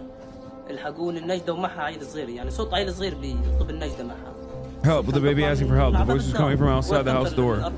There was a quadcopter with 4 propellers. Then it headed towards the tents, broadcasted the same crying. We called my cousin to the tents. He said, don't fall for it. It's just the sound system. Abu Anas al-Shurur. From this area, they shot him in the head. A recording that my brother took of the quadcopter broadcasting a voice of a child screaming for help or calling for his mother. I wonder if it's recordings of the detained children or paid actors. If it's the first, God forbid, that would be even more horrific. It's a child saying, I want my mother.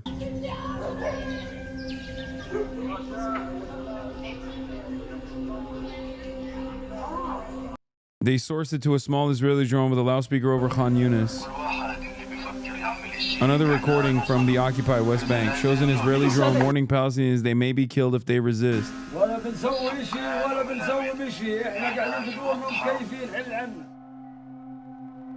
Israeli arms manufacturer Elbit Systems produces a weapon system that can be fitted to various drones, which says it can operate day or night and provides highly accurate lethality.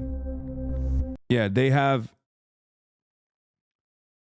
also have these drone copters that are retrofitted with snipers and AR-15s, and they are the ones who are sniping kids and shit.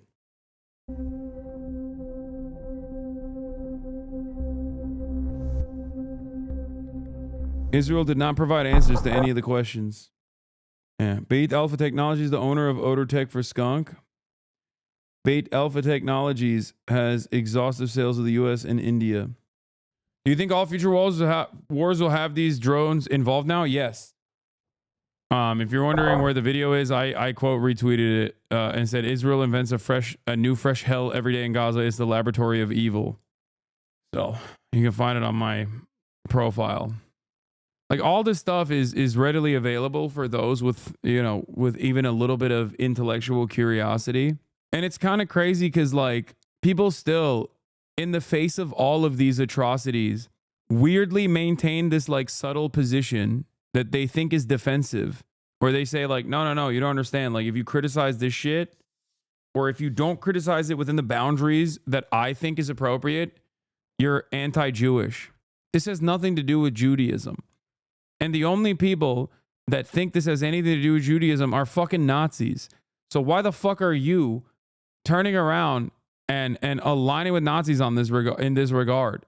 I've been tracking this stuff fairly closely for a very long time, as you guys know.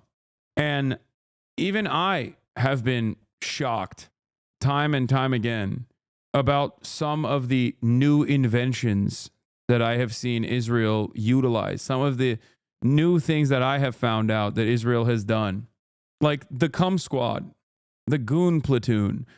If someone were to tell me before October 7 that, like, Israel has cum divers, people that go in and track fallen Israeli occupying force soldiers and retrieve their fucking semen in a timely manner so that they can impregnate their wives at home in an effort to continue the bloodline, I would be like, nobody cares about demographic concerns like this. This is like a made up thing. You're being anti-Semitic.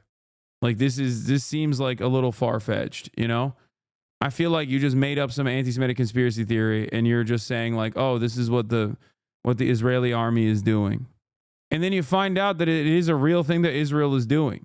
Yeah, there's also some new weapon that people are using apparently, but after speaking with first responders and doctors in North Gaza, many are reporting that Israeli forces are using new weapons that cause bodies to evaporate on the scene. They describe it as something they've never seen before. There was one video of something that I saw that was like, I don't even know what this is. I saw one video of, like, a person whose upper body was just, like, straight up on fire. I don't know. I don't know what it is. Wing who didn't want a ceasefire with Hezbollah. They're saying, how big is this response? Oh, yeah, the smoke grenade or the smoke bomb that I saw. I don't know how the fuck this, like, smoke was seen bursting from the head of a Palestinian victim of an Israeli attack in Beit Laiha in northern Gaza today. Witnesses likened it to the release of steam from a pressured engine. It is like they're dumping. I can't show you the video, obviously. I believe it's experimental technology, or at least that's what doctors are saying. Like Dr. Munir al-Bursh, Director General of the Ministry of Health in Gaza, which gave reports to Al Jazeera. Israel's testing new weapons on us that we do not recognize. They drop bombs with terrifying sounds, and when a person gets within 200, 300 meters of them, they vaporize. The massacres happening in North Gaza are unknown to us until later. Nobody calls to inform us. The Israeli army bombs entire residential blocks, wiping out all their inhabitants, and we only find out about them a day or two later. And one of the videos that has come out of that is like, it basically looks like a smoke grenade that decapitated a Palestinian Palestinian person, but it literally just, they try to neutralize it. They try to like dump buckets of dirt on it. Okay. And it literally doesn't stop. It gets like crazier and crazier. It's just like the smoke gets wilder and wilder. And I have no idea what the fuck it is. I've never seen anything like it. International and local doctors operating in North Gaza hospitals have found cube-like structures which are made of tungsten and built into weapons designed to explode and cause maximum damage to the victims. I'm not like a weapons expert. I have no idea what any of this shit is. I just resort to people on the ground that say this is new. And of course, during the horrors that they are experiencing, they do have the capacity to get things wrong. And we might not know until later down the line, but here's Element Technologies expanding into tungsten fragmentation production capabilities all the way back in 2022. For those of you who don't know, tungsten is incredibly dense. Dr. Mohammed Al-Mughair, the head of the Department of Supplies of the Gaza Civil Defense, said Israel is using weapons that vaporize bodies and erase any trace of their existence. To understand these weapons used by the Israeli occupation, when they shell a house, there are instances of one bodies between 2 to 5 bodies. Those are bodies we can't reach. Those bodies vaporize and are directly consumed by the airstrike or explosion. The thermobaric weapon, I don't know if this is the right one. It forms an aerosol known as vacuum bombs. They work in 2 steps. A charge contained in a warhead explodes. Made of gas, liquid, or finely pulverized explosives, it forms an aerosol cloud. A second explosive charge ignites that cloud, which creates a fireball reaching a temperature of 3,000 degrees. The impact also creates a huge shockwave. Oxygen in the surrounding air is sucked in, generating a vacuum and a huge overpressure 1.5 to 2 times. Yeah. This is this. Israel uses missiles in Gaza designed to explode and spread metal cubes that pierce blood vessels and nerves, causing death or paralysis. It's not impossible for this to be a part of shrapnel. This is designed like this, so it can cut through and destroy. Doctors operating in Gaza said they found this metal cube inside of a Palestinian patient. Dr. Mohammed Tahir is a UK doctor volunteering to save Palestinians in Gaza. The last case we just did was a young man who was the subject of an explosive injury. He had penetrating trauma to his chest and he had a paralyzed right arm. I suspected that he had a brachial plexus injury. But actually I was quite shocked when I found that a single cube-like structure had penetrated the skin, cut through what we call the upper trunk, and then also the lower trunk, and then lodged itself in the skin of his back. And this has left him with paralysis in his right arm, which probably will be permanent because of the nature of the condition. Despite our best efforts. So these cubes that I used are perfectly formed cubes. They're made of tungsten and they are built into weapons that actually are designed to explode and cause maximum damage indiscriminately. And so something so very small can in fact kill you, because in his case it was millimeters from his main artery. And if he was in Jabalia, if he was in the street in the middle of the night, if he was at home and no access to an ambulance, he would have died.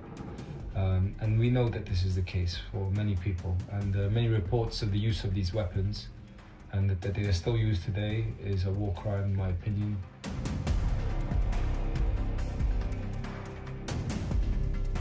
The cubes are just millimeters in size, but can spread out over 20 meters, shredding metal and human flesh. This is what I mean when I say it's a laboratory for like all of the newest weapons technology. Like Unit 731 shit against the captive audience. You know how like Unit 731 was testing, you know, the limits of frostbite or what happens when you sew 2 twins together or some shit. This is, once you make this technology, you got to fucking live test it. Yeah, they leave minimal entry wounds, but they cause massive organ damage. Doctors say fragmentation weapons pierce blood vessels, nerves, and are a major cause of amputations. Which amputations that have to be done without anesthetics, by the way, because Israel refuses to let in anesthetics, crutches, dates inside Israel's ghost list of items arbitrarily denied entry into Gaza. Israel bans the importation into Gaza of anesthetics. Hence, the scores of children who are amputated daily following Israel's bombings are put to the knife without anesthesia, if they are lucky to be taken to a functioning medical facility and not be bombed when in it. The weapons are apparently called dimes, dense inert metal explosives. Anyway, the UN says Israel's war on Gaza has left over 2,500 Palestinians with life-changing injuries. I don't go crazy looking at this stuff every day because in my heart I know that while there is a fresh hell every new day that Israel unleashes upon the population of Palestinians that it is a belligerent occupier of, I know that every day we get closer to some semblance of justice, especially in comparison to where we were before. And speaking of which, I mean, there are more and more people that come out and openly say what Israel is doing is a genocide, is ethnic cleansing. One of those people is a former Israeli defense minister. Here it is. Former Israeli defense minister says his country is ethnic cleansing in Gaza. Former Israeli defense minister says that Israel is carrying ethnic cleansing in northern Gaza. Moshe Ayalon, a very, stalwart Likudnik, and so on. So why is that offensive? Moshe Ayalon is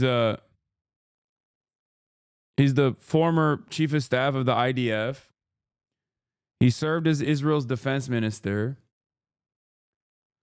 And not under Benjamin Netanyahu, like he was Benjamin Netanyahu's defense minister, chat. Here's the video. Like this is a guy who is directly. Here he says Israel is carrying out ethnic cleansing in North Gaza. There is no Beit Laiha, no Beit Hanun. There are currently operating in Jabalia and clearing the area of Arabs. Going the way that we are currently being dragged into, to occupy, to annex, to ethnically cleanse. Look at the north of the Gaza Strip. Call it what you want, a displacement of residents, to establish Jewish settlements. Ethnic cleansing in the Gaza Strip, asks the person that he's talking to. Is that where you think we're heading?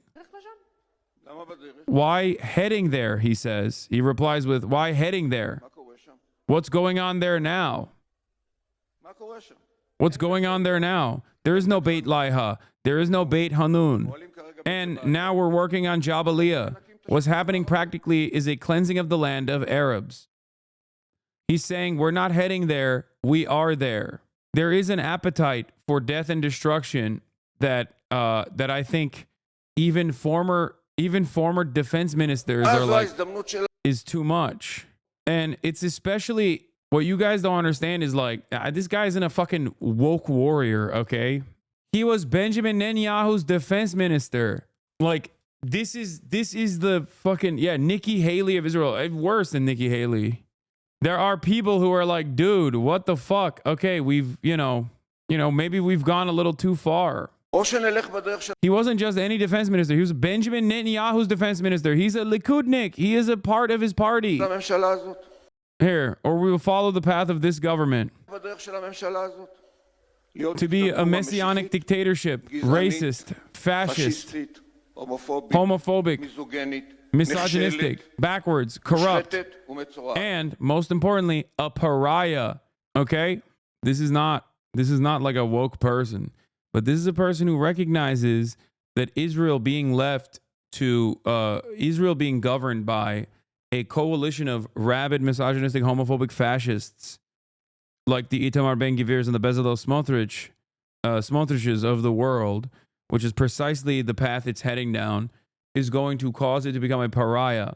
And part of that is also because Israel's current actions with that governing coalition, at the behest of that governing coalition, partnered with like Benjamin Netanyahu's personal interest in continuing to that Israel's ethnic cleansing is causing the world to reinterpret and reanalyze its relationship with Israel and even Israelis. Okay? That's what the fuck is going on here.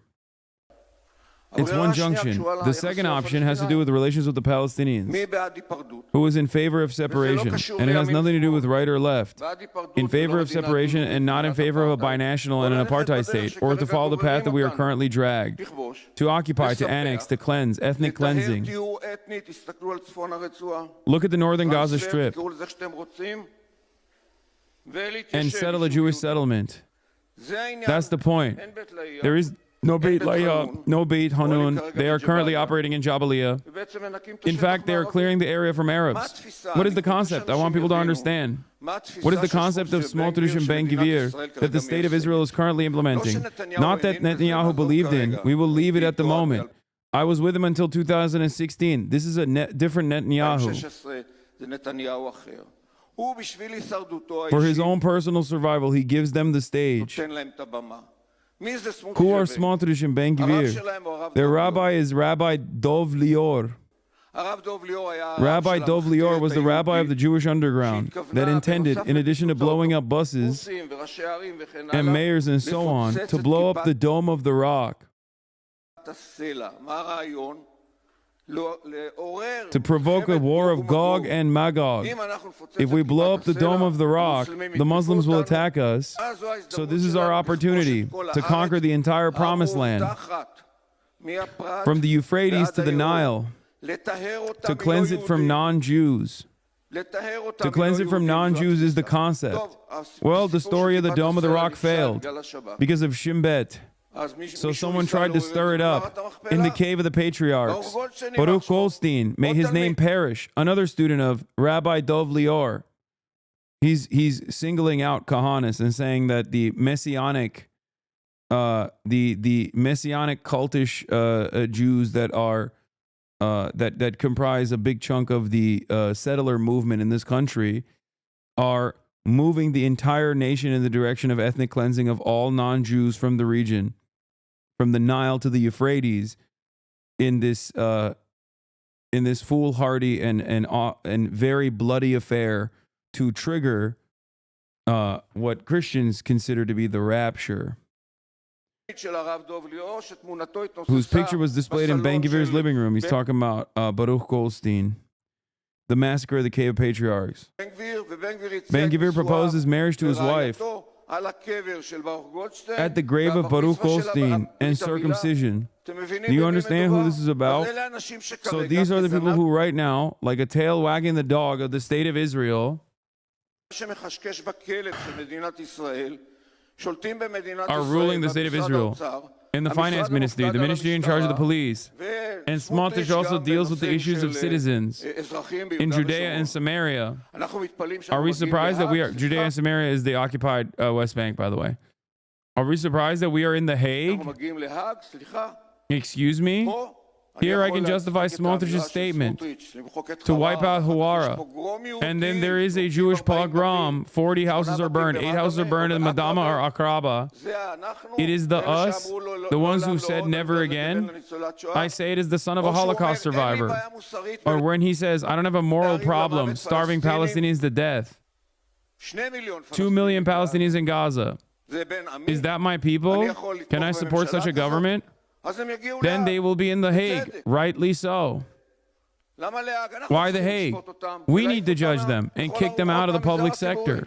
Former defense minister of Israel, okay, former Israeli defense minister under Benjamin Netanyahu, former Israeli defense minister under Benjamin motherfucking Netanyahu. How old is this video? This is a day old. He is from Benjamin Netanyahu's party. Is this all indicative of a sentiment in Israel? There is no widespread momentum for this kind of sentiment in Israel. There are a shit ton of people who have directly held the gun over the Palestinians' heads that have come out with statements like this. Former heads of Shin Bet, other prominent figures in Israeli government. Many of them, even if they have this opinion, cannot change the broader perspective of Israeli society in some ways is similar to like never Trump Republicans. You know what I mean? Former Bush era people being like, yo, chill. This Trump guy is like fucking up. John Bolton, you know, crying about some person in office now.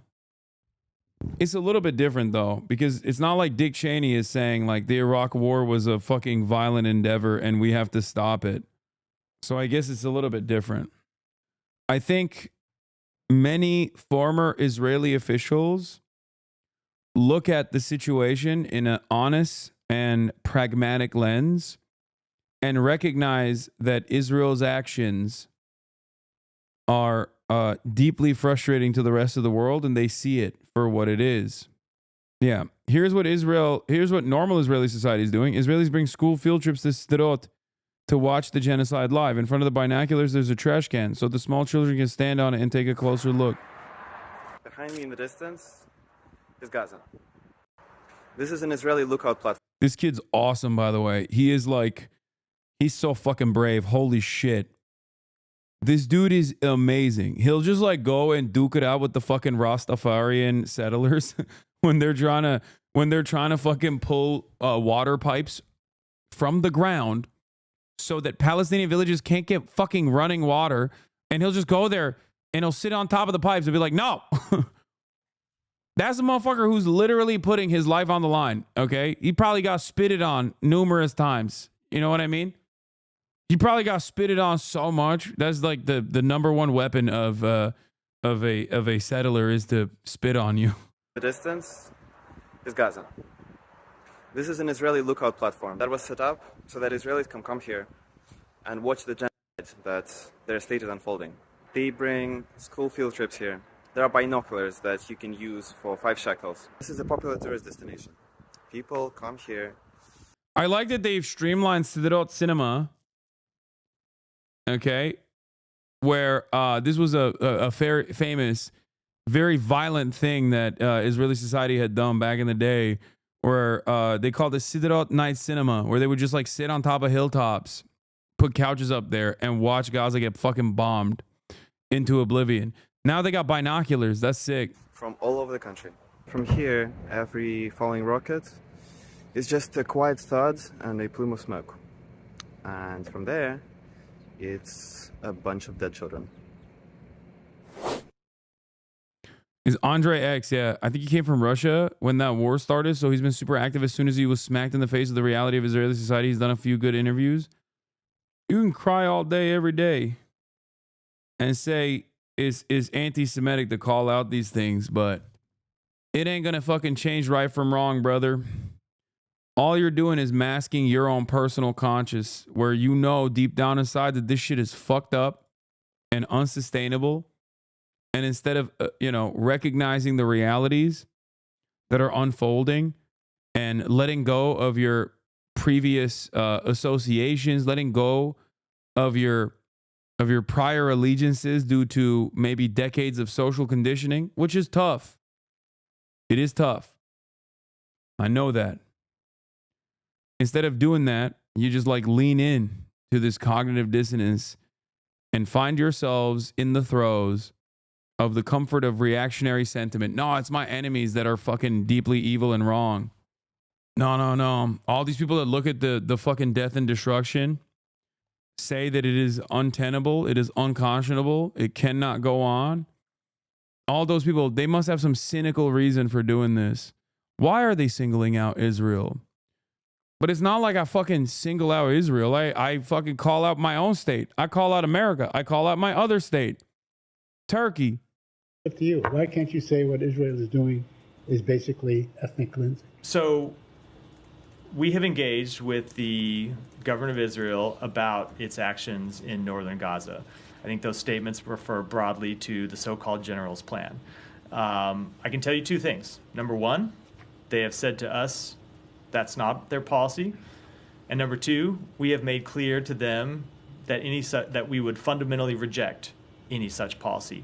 I can't speak to the assessments made by a former Israeli military official. I can tell you that when it comes to potential violations of international humanitarian law, something else he raised in his statement, we have our ongoing assessments, and they have not concluded.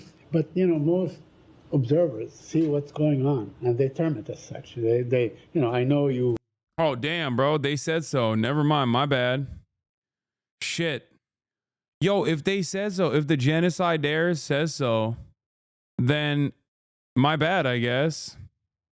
You disapprove the word genocide and so on, but, a lot of people think what's going on is genocide, especially that the threshold has crossed 45,000 people. So I'm saying that at one point, the U.S.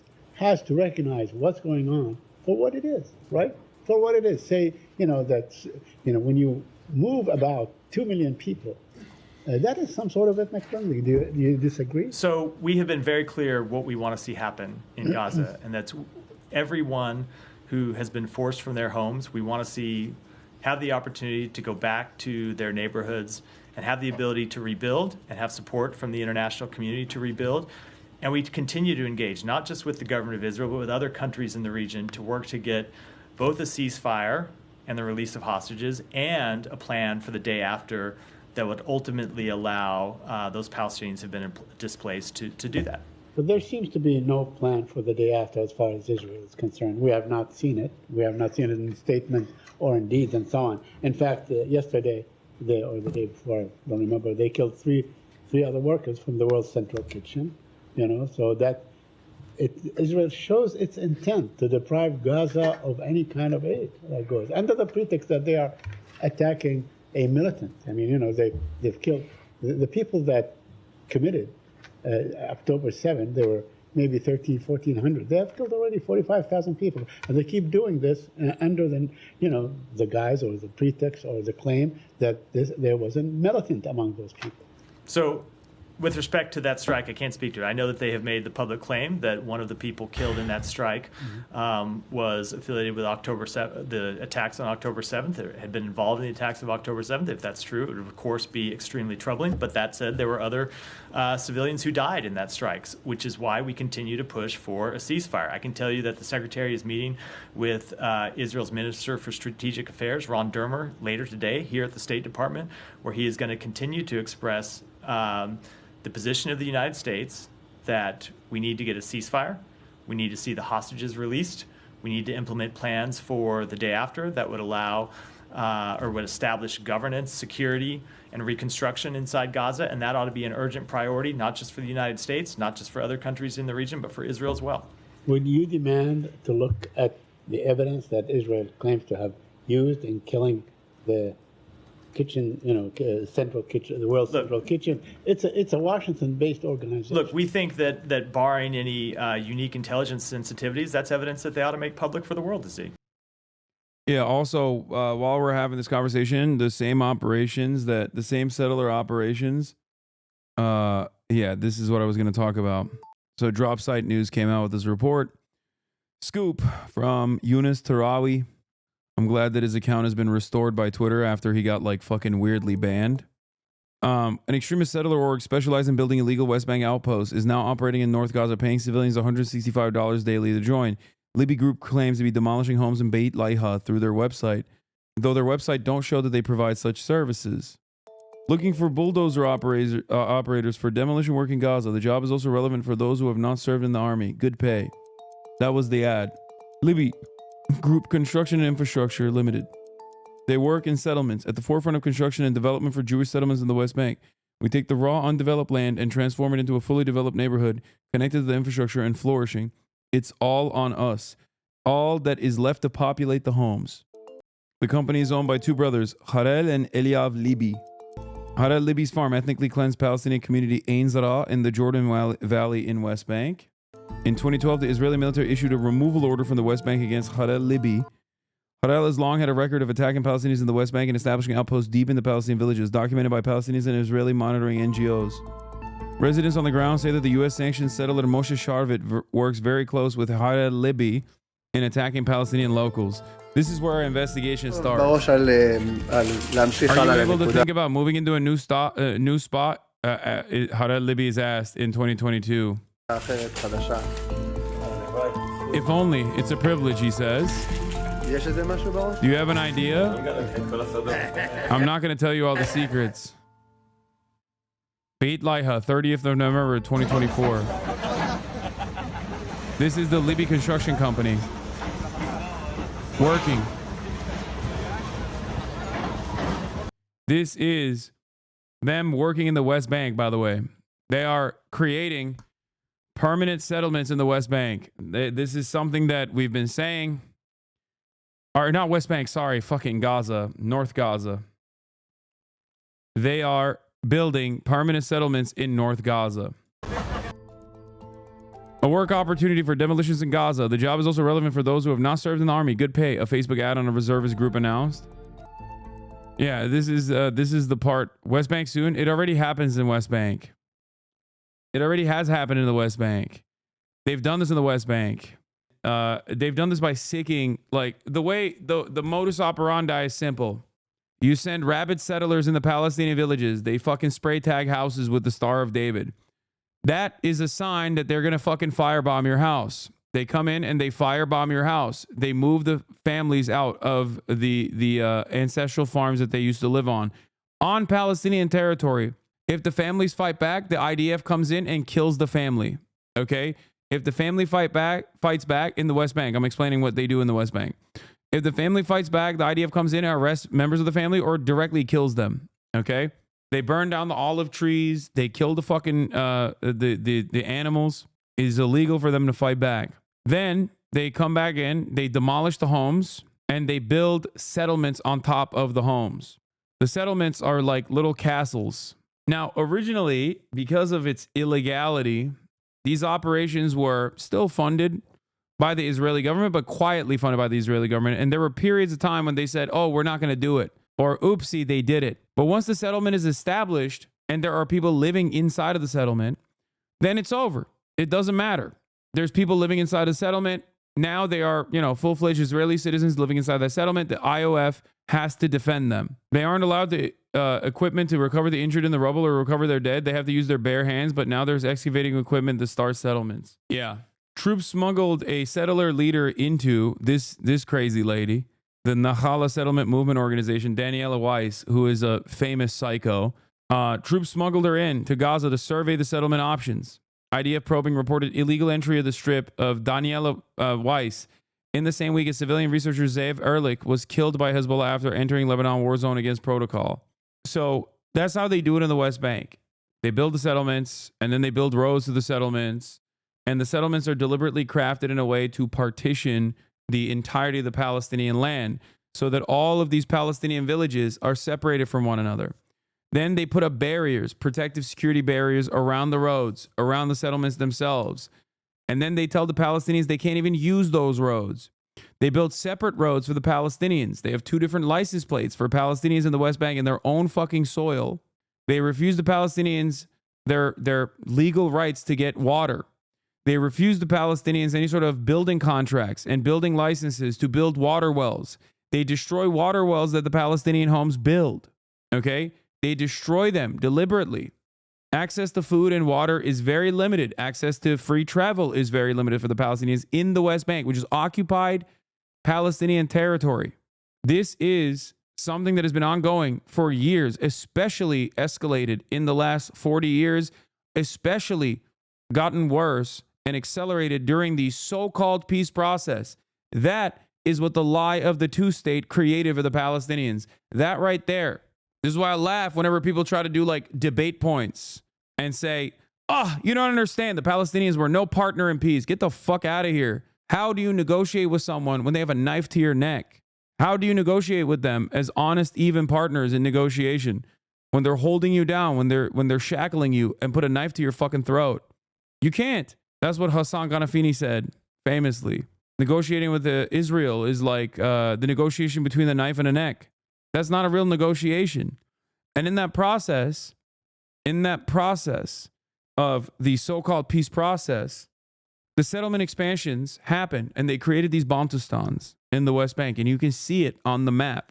Pull up any map of the settlement operations in the West Bank, and you will see over time, slowly but surely, they start growing and partitioning Palestinian territory. First, they say we have security concerns. There's always a security concern. As always, the modus operandi of the Israeli government. Sorry, we have a security concern. We have to maintain this land.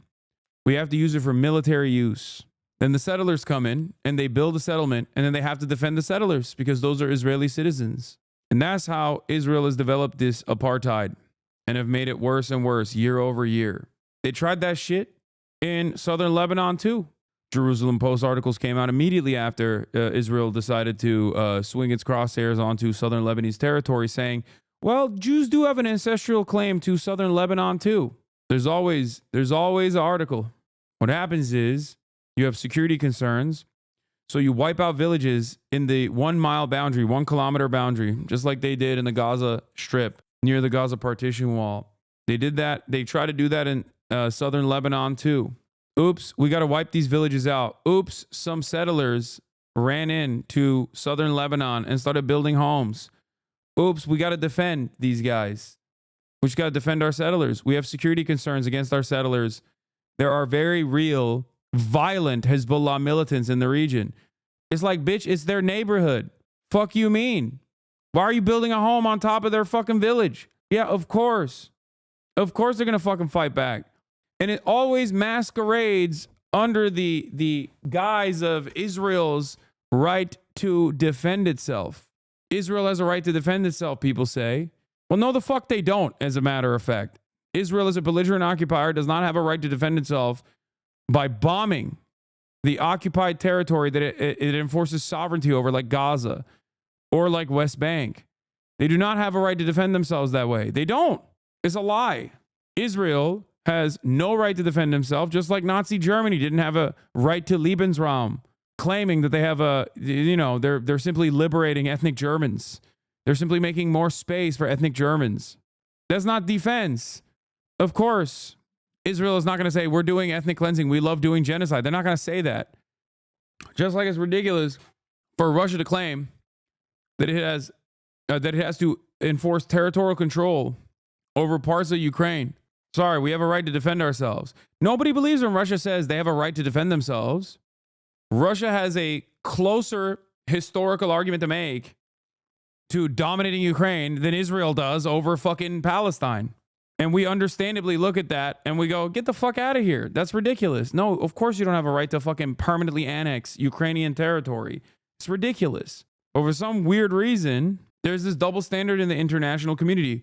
And it's not necessarily a double standard enforced through the international community. It's more so a double standard that our governments claim exists.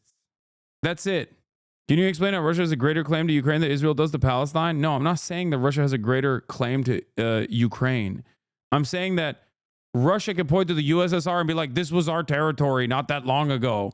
As opposed to Israel has never had any sort of territorial claim. It's like 3,000 years ago. Get the fuck out of here. That's ridiculous. This does not make the Russian argument correct. This does not make the Russian argument better. I'm saying that we have the capacity to understand that while neither country has a claim over another's territory, okay, we only recognize that when Russia says it, but the very same people don't recognize it when Israel says it. That's my point.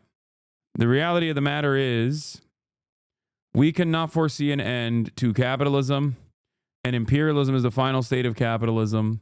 So American imperialism is seen as a naturally occurring order of business in the same way that capitalism is seen as a naturally occurring business. That's it. This enterprise will never fall. But on that note, I must leave you because I gotta go. I will be in London tomorrow, and you will see me from Londonistan. I gotta write a speech on the plane. Hopefully, I'll be able to concoct 5 minutes of fucking material. I do chirp for 8 hours every day, so I think I think I'm comfortable freestyling on the issue of Israel-Palestine, but who knows? Good to have some bullet points in order. Love you, and see you tomorrow. Free Palestine.